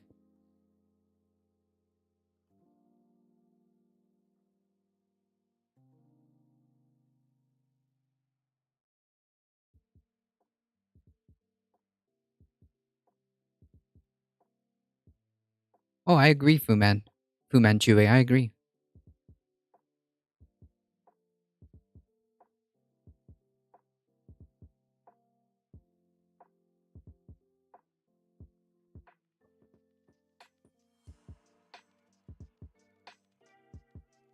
We already have methods of evaluating domestic terror threats.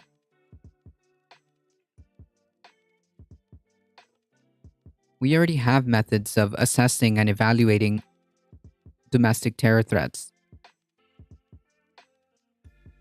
It's a matter of deploying those resources appropriately.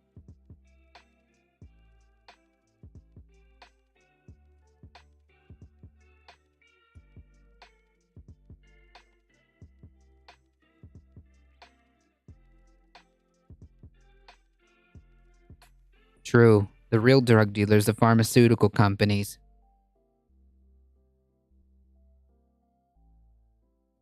Would create domestic terrorism offices within the Justice Department, Department of Homeland Security, and the FBI to facilitate better coordination and help agencies identify risks and homegrown threats. What does that mean? You guys should already have this capability.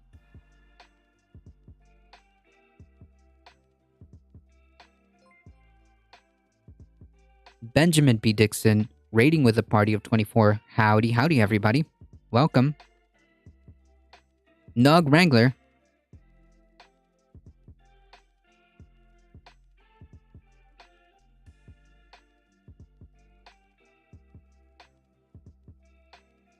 What is the difference between this bill and versus the current domestic terrorism law? I don't know.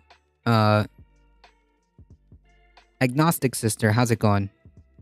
Jam Tomb. Howdy, howdy.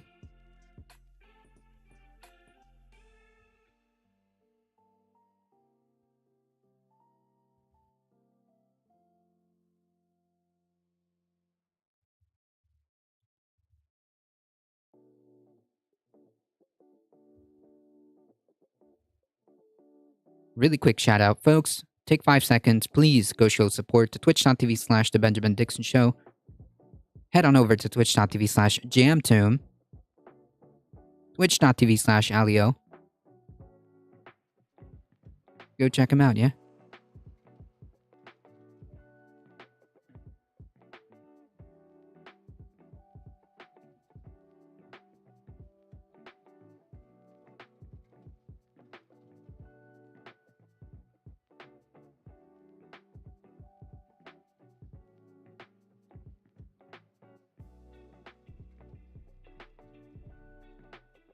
This bill establishes a new requirement to expand the availability of information on domestic terrorism as well as the relationship between domestic terrorism and hate crimes. I mean, what? I thought we already had this information. We literally, during Trump's administration, Trump's own DHS and DOJ and all these other three-letter, and all these, Syscat, how's it going?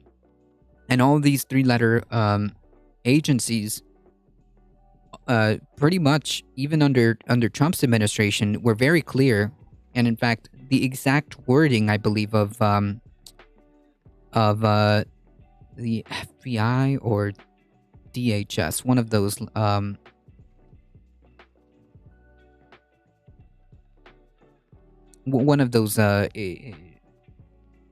institutions said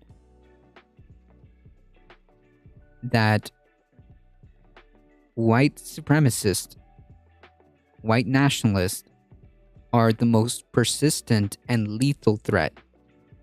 And that was just a couple of years ago during the Trump administration. So if these folks already knew this, and already put it in their report,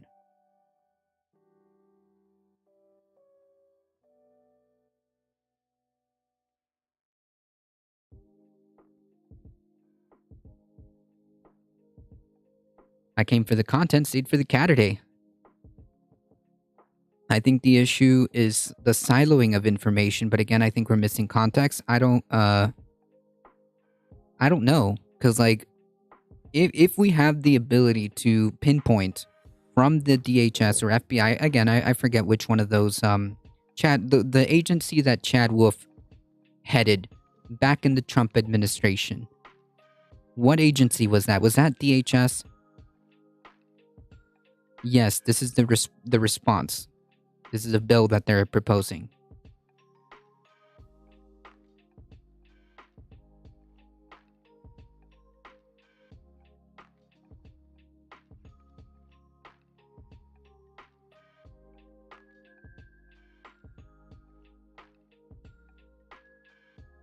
It looks like this bill makes it easier for agencies to share information with new requirements to do so.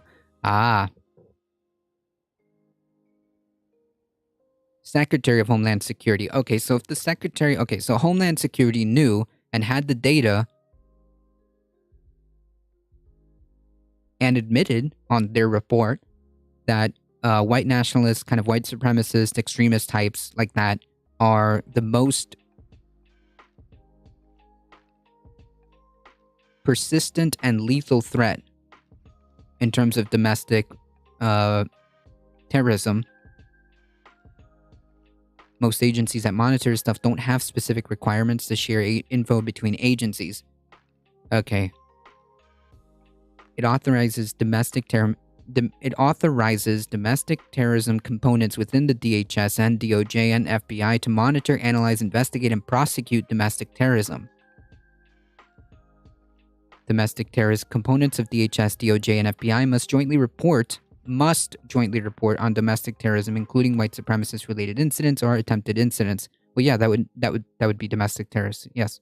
DHS, DOJ, and FBI must review the anti-terrorism training and resources programs of their agencies that are provided to federal, state, local, and tribal law enforcement agencies. Additionally, DOJ must make training on prosecuting domestic terrorism available to its prosecutors and assistant U.S. attorneys. It creates an interagency task force to analyze and combat white supremacist and neo-Nazi affiliations of the uniformed service and federal law enforcement agencies. Okay, well, this is good. That part is good. And not only know they deliberately and have not done anything about it because the U.S. never stopped their genocide and white supremacy and helps their ends. It finally directs the FBI to assign a special agent or hate crimes liaison to each field office to investigate hate crimes incidents with a nexus to domestic terrorism.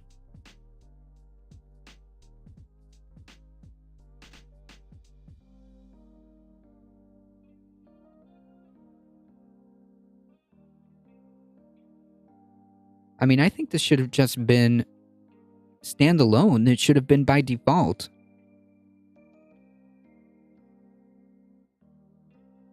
I think this measure should have been already a kind of like a default thing.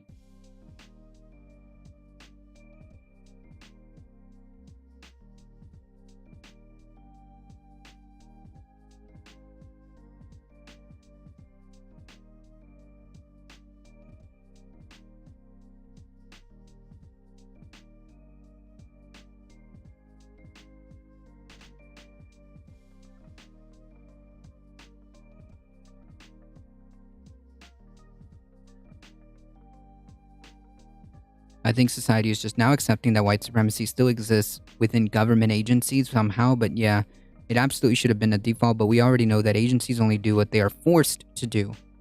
Okay, so I see this is the necessity of this law, because like I'm usually very skeptical when things like this get proposed.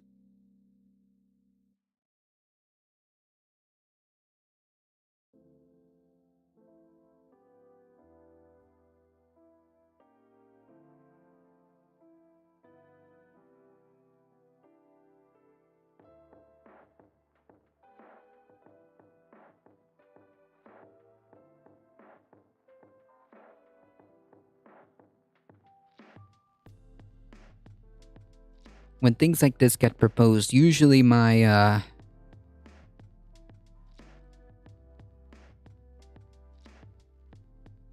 usually I get red flags when it comes to expanding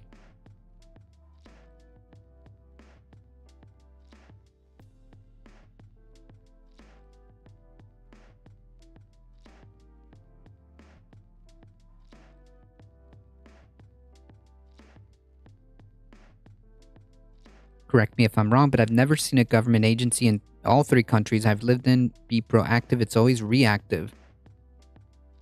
Really? We've got a lot of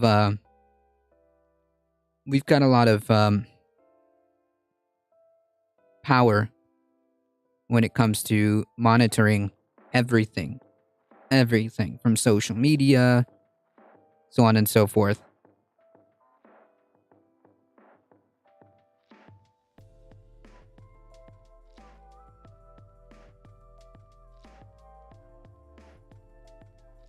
They absolutely monitor, like via social media and stuff like that.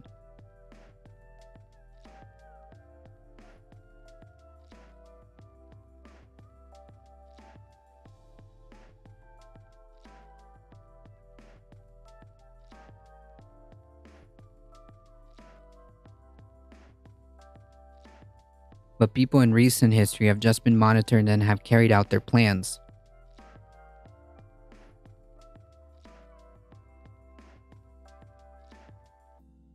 Yeah.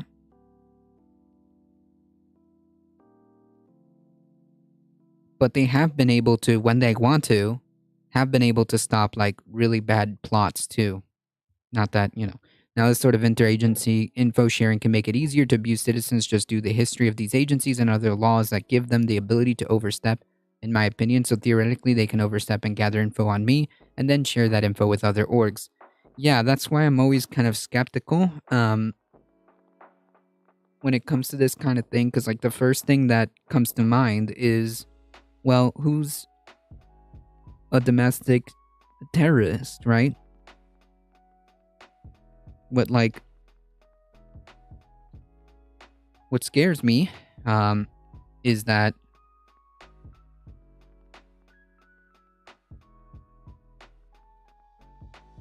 the Buffalo slaughter was a domestic terror. Yeah, yes, that was a domestic terrorist attack. Yes, that was a absolutely a domestic terrorist attack.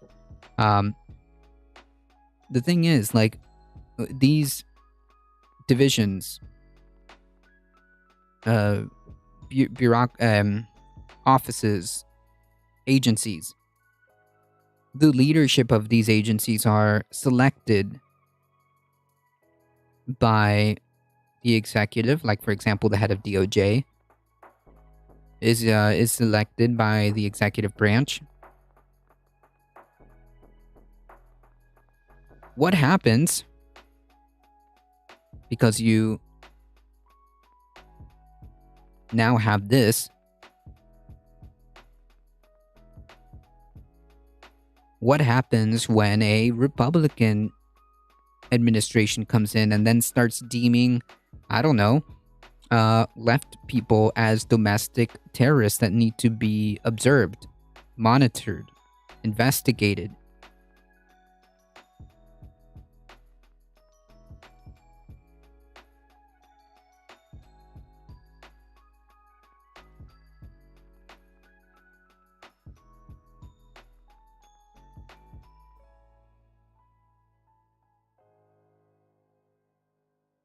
Chosen the fact that only people that are required to ID whether they have committed a crime or not are indigenous people that carry ID saying we are other. Yikes.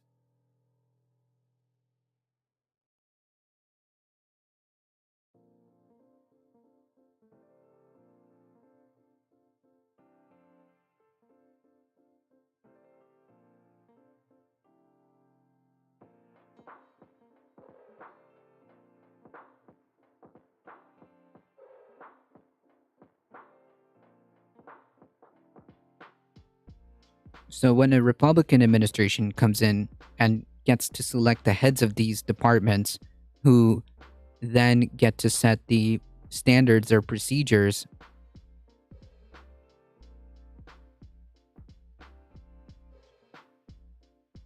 what's going to happen when the GOP get to decide what, who heads those offices and what kind of procedures or how this office operates?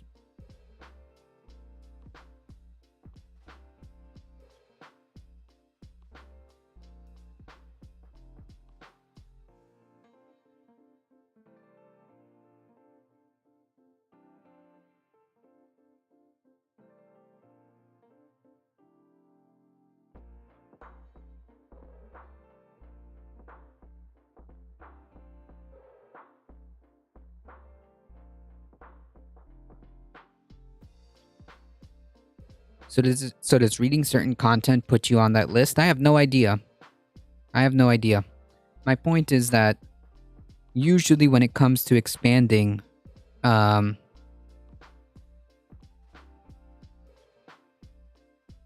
governmental powers like this, you got to consider what can come down the pipeline, especially if we technically already or should have already methods in place with dealing with this. I mean,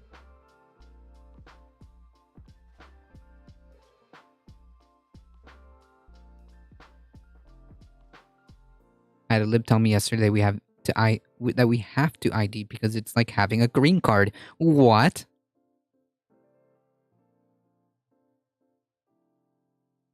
That doesn't even make sense.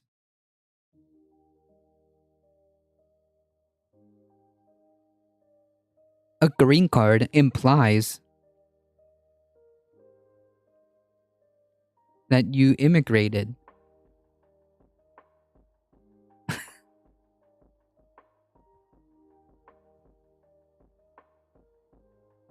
That doesn't even make sense.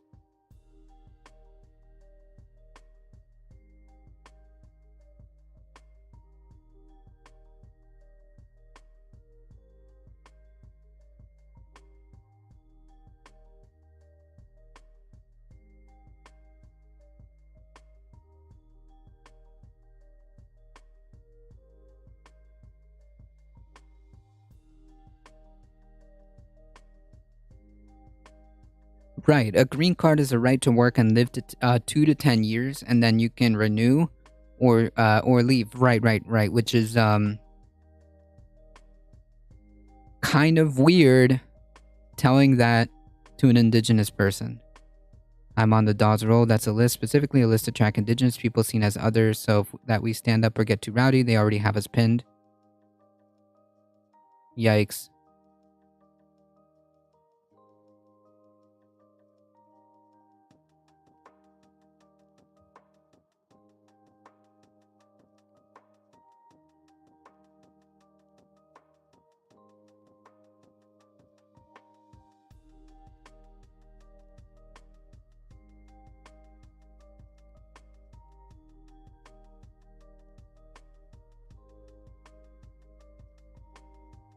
Right, the whole entire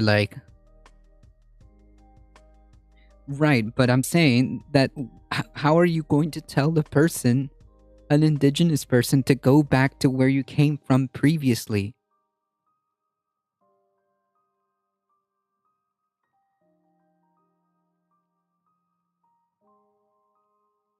That's the absurdity of it.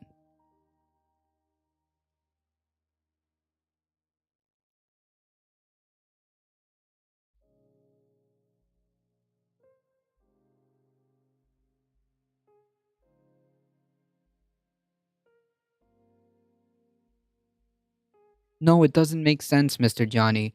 They are telling us that some some lib in chat told them that voter ID is like a green card. But a green card implies that you're like a foreigner, which clearly they are not. It's just like the absurdity of it. That's what they're pointing out.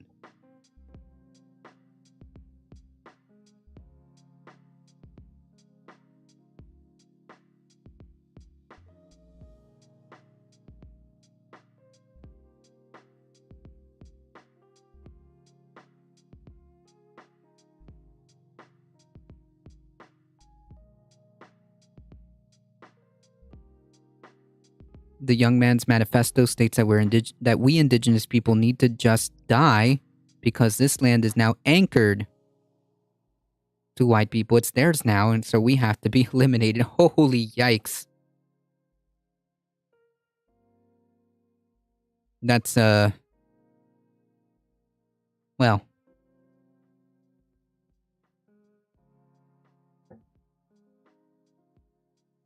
what do you expect from a white supremacist?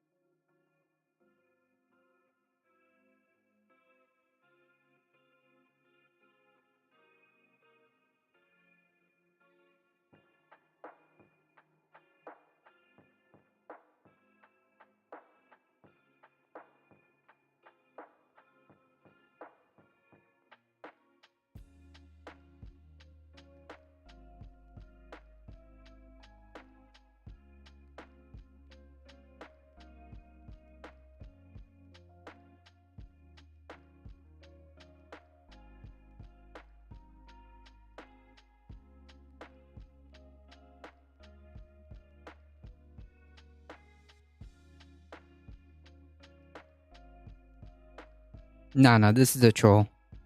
I'm not even. It's not even worth addressing. The dolls world is real. Spaniard, just to let you know, you can look it up. It is true. Hopefully, this legislation will create specific legal platforms to charge U.S. citizens with actual domestic terrorism for racially motivated. Yes, but we have laws.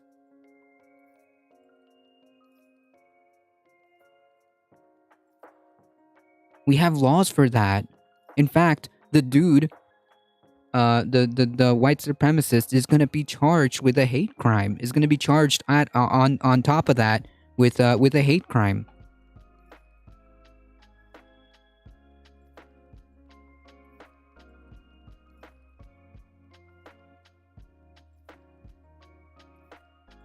So now they can be charged with terrorism and hate crimes? Well,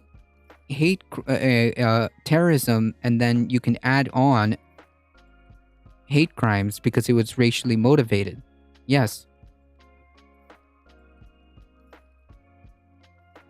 We already have laws like this.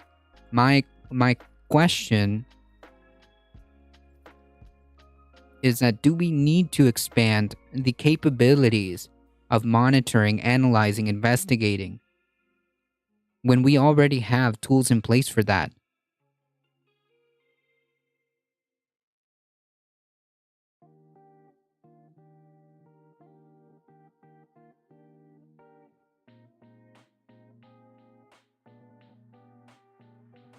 I don't know, full stop, Terry. That's my question. I don't know if we do. I don't know if we have to get more powers. We need laws to protect BIPOC people, period. No more separating us. We are both the victims of original sins of the U.S. and we are both victims of theft of land and life. Divisions are what allow this BS to continue.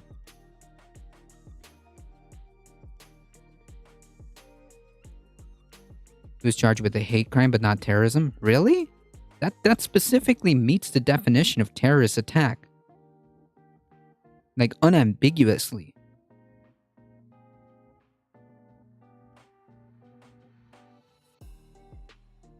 Unambiguously, that meets the definition of a terrorist attack. Without a doubt.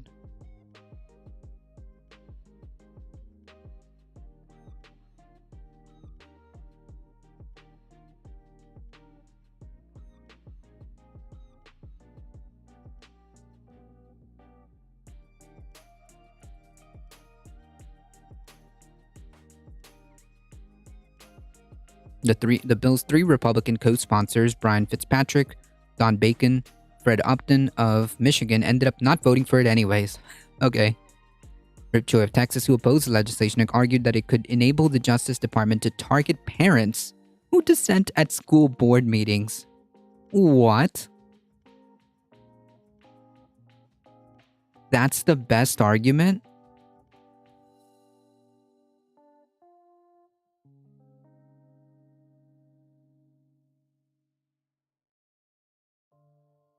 That's your argument? That it could enable the Justice Department to target parents? That is what's at stake here. That's why we're opposing what Democrats are trying to do, apparently referring to Attorney General Merrick Garland's last year about strategy sessions to address threats against school officials. Which, yes, if you're stalking school officials or county members or school board members or teachers, yeah, that's not good.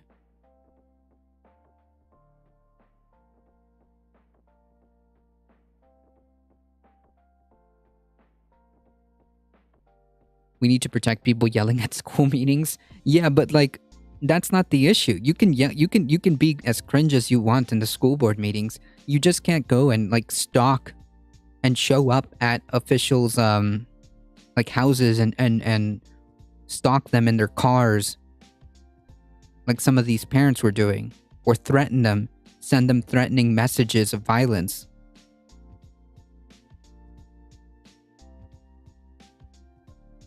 because it was happening across the board, yeah, it had to be addressed. The first thing to keep in mind with regards to U.S. agencies is that the U.S. government, in most cases, there are exceptions to this, the government is a bureaucracy that only has powers explicitly laid out in law / constitution, etc. Again, exception explicitly laid out. Again, exceptions exist, but if we don't have a law mandating the DOJ to share terrorism info with the FBI, they may or may not do it at all.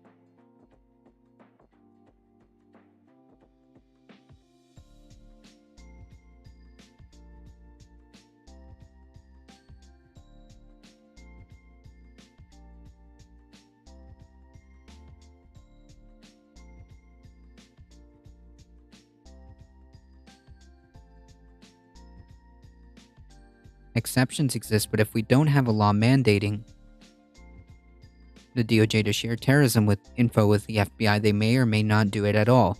Yeah, but if they had... that's such a dicey thing to do. I don't know. I mean, if that's just the rule that they're gonna implement, sure, but this seems to go further than that. Like, this is fine. If you must jointly report, every year or something like that, fine.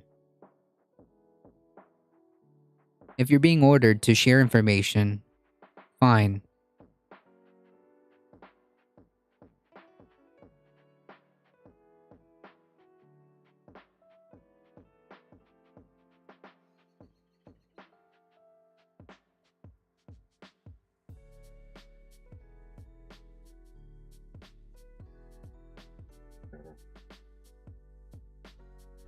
I see the conflation, but walking a sidewalk with a sign, mad swarming a moving vehicle are two different actions. Huh?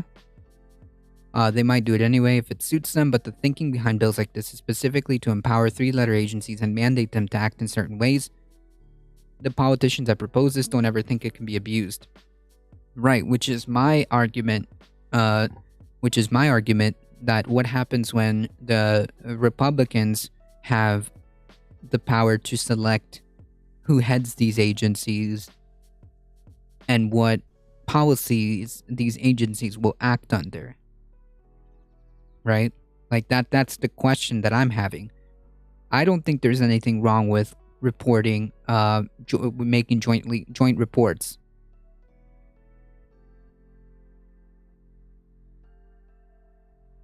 I don't think it's wrong to have to analyze, white supremacy and neo-Nazi infiltrations of uniformed services and federal law enforcement. That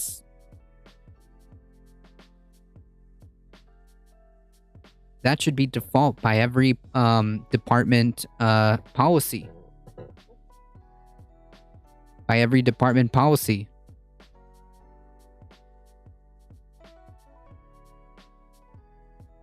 It should just kind of be.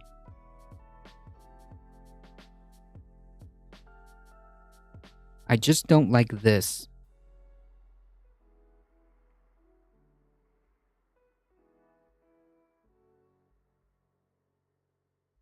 I'm with you there. The law will be abused, not a matter of if, but when, which is why I want few powers given to the government as necessary for a functional society.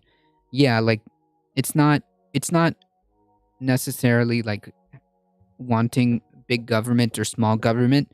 It's basically like we need the correct amount, the correct size government.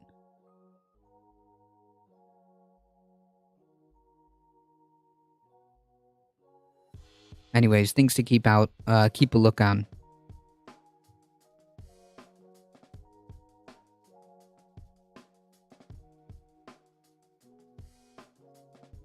Oi, alright, listen, if you want to chat it up in chat, if you want to fight it out in chat, that's okay. But can we not DM people?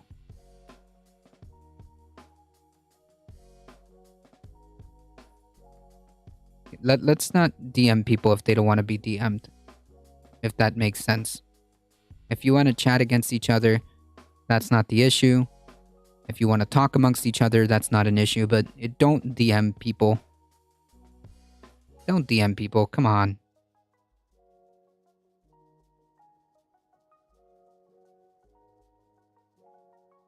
Don't DM people if they don't want to be messaged. Jesus.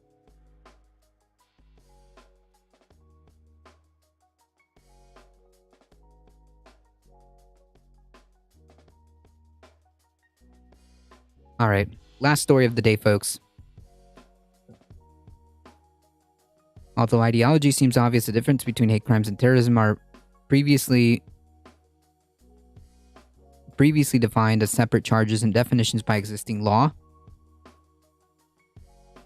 Hate crimes and terrorism are as previously defined are separate charges. Yes, right? But yes, hate crimes and terrorism are different. Not all terrorist attacks are hate crimes. But all hate crimes usually are terrorist attacks because they usually have some type of political end goal.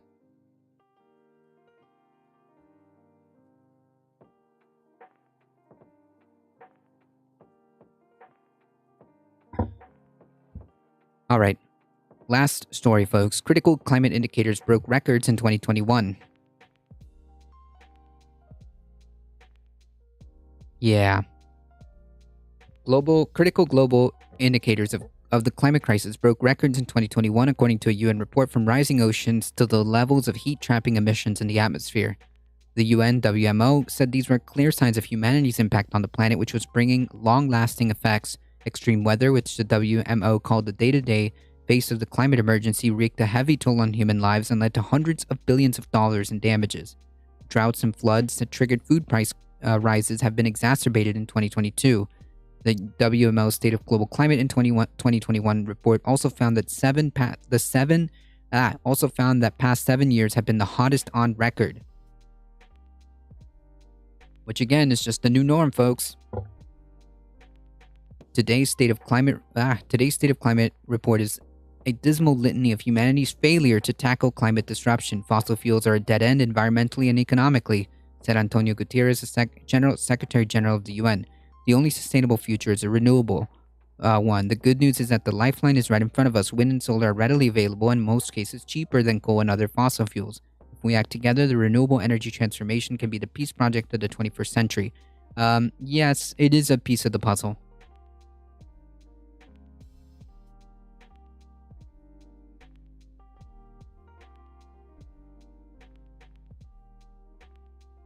But if we can't even do that, we're pretty effed. Professor Pateri Talas of the WMO Secretary General said, "Our climate is changing before our eyes. Human-induced greenhouse gases will warm the planet for many generations to come.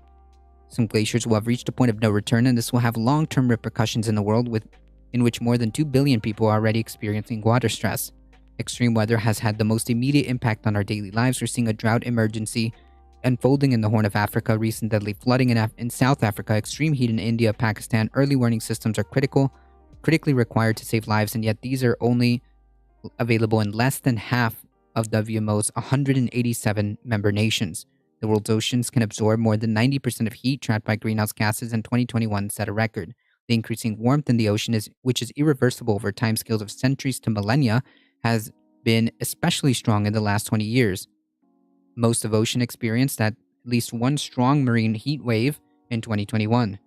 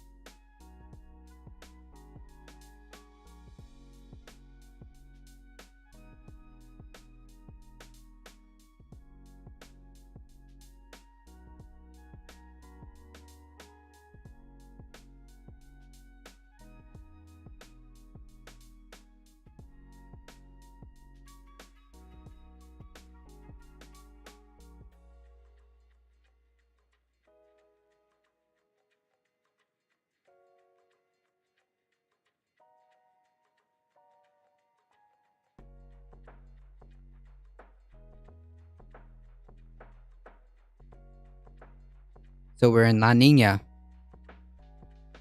I don't know. Most of us are really good about having conversations without insulting each other. Let us stick with that, please. Yes.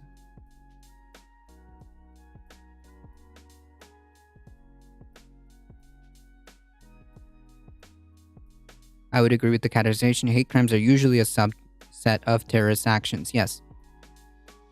Alright, everybody. Chill.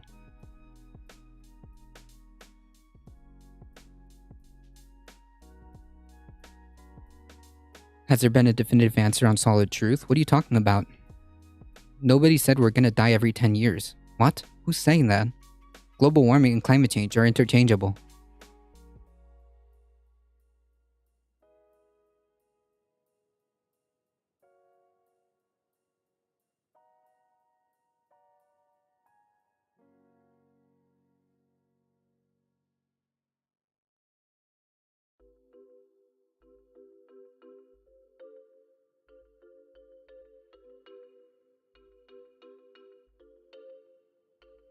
Alright, folks, I'm going to finish this one real quick and then sign off. The global sea level has also reached a new record in 2021 and has increased by 10 centimeters since 1993, and the rise is accelerating, driven by the melting ice sheets and glaciers and thermal expansion of the ocean.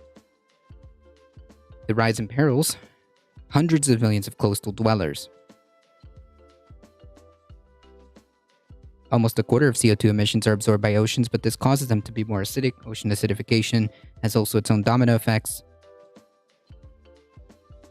CO2 and methane are at powerful greenhouse gas are at record levels. WMO noted exceptional heat waves in 2021. Professor James Hansen, who warned the world about the climate crisis in testimony to U.S. Senate in 1988, said this week that there was a spectacular continuing failure of governments to adopt effective long-term energy and climate policy. I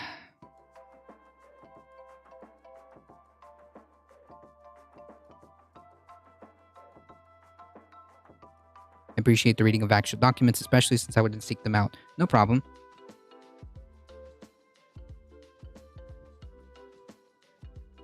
You can send anything to me via whispers, Mr. John.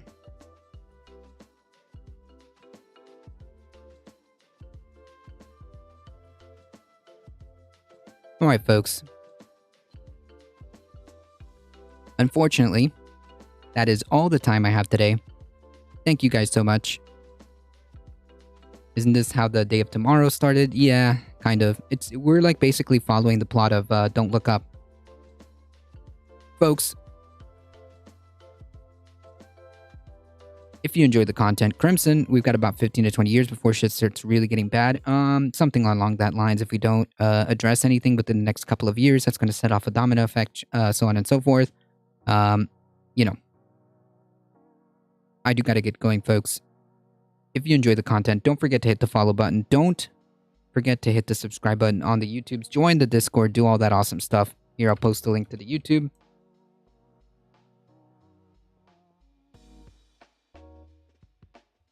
I posted a link to the Discord. A huge thank you to the Benjamin P. Dixon Show.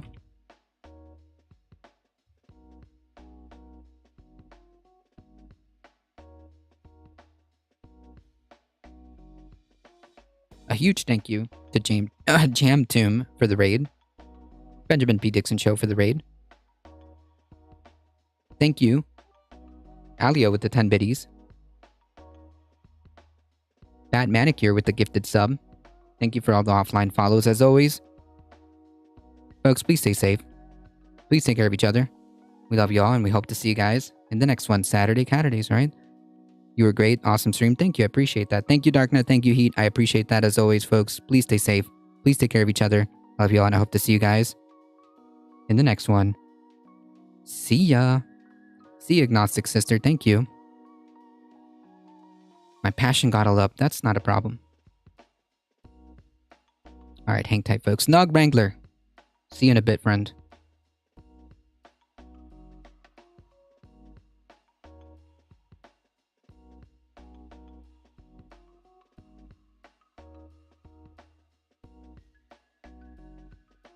See you next time.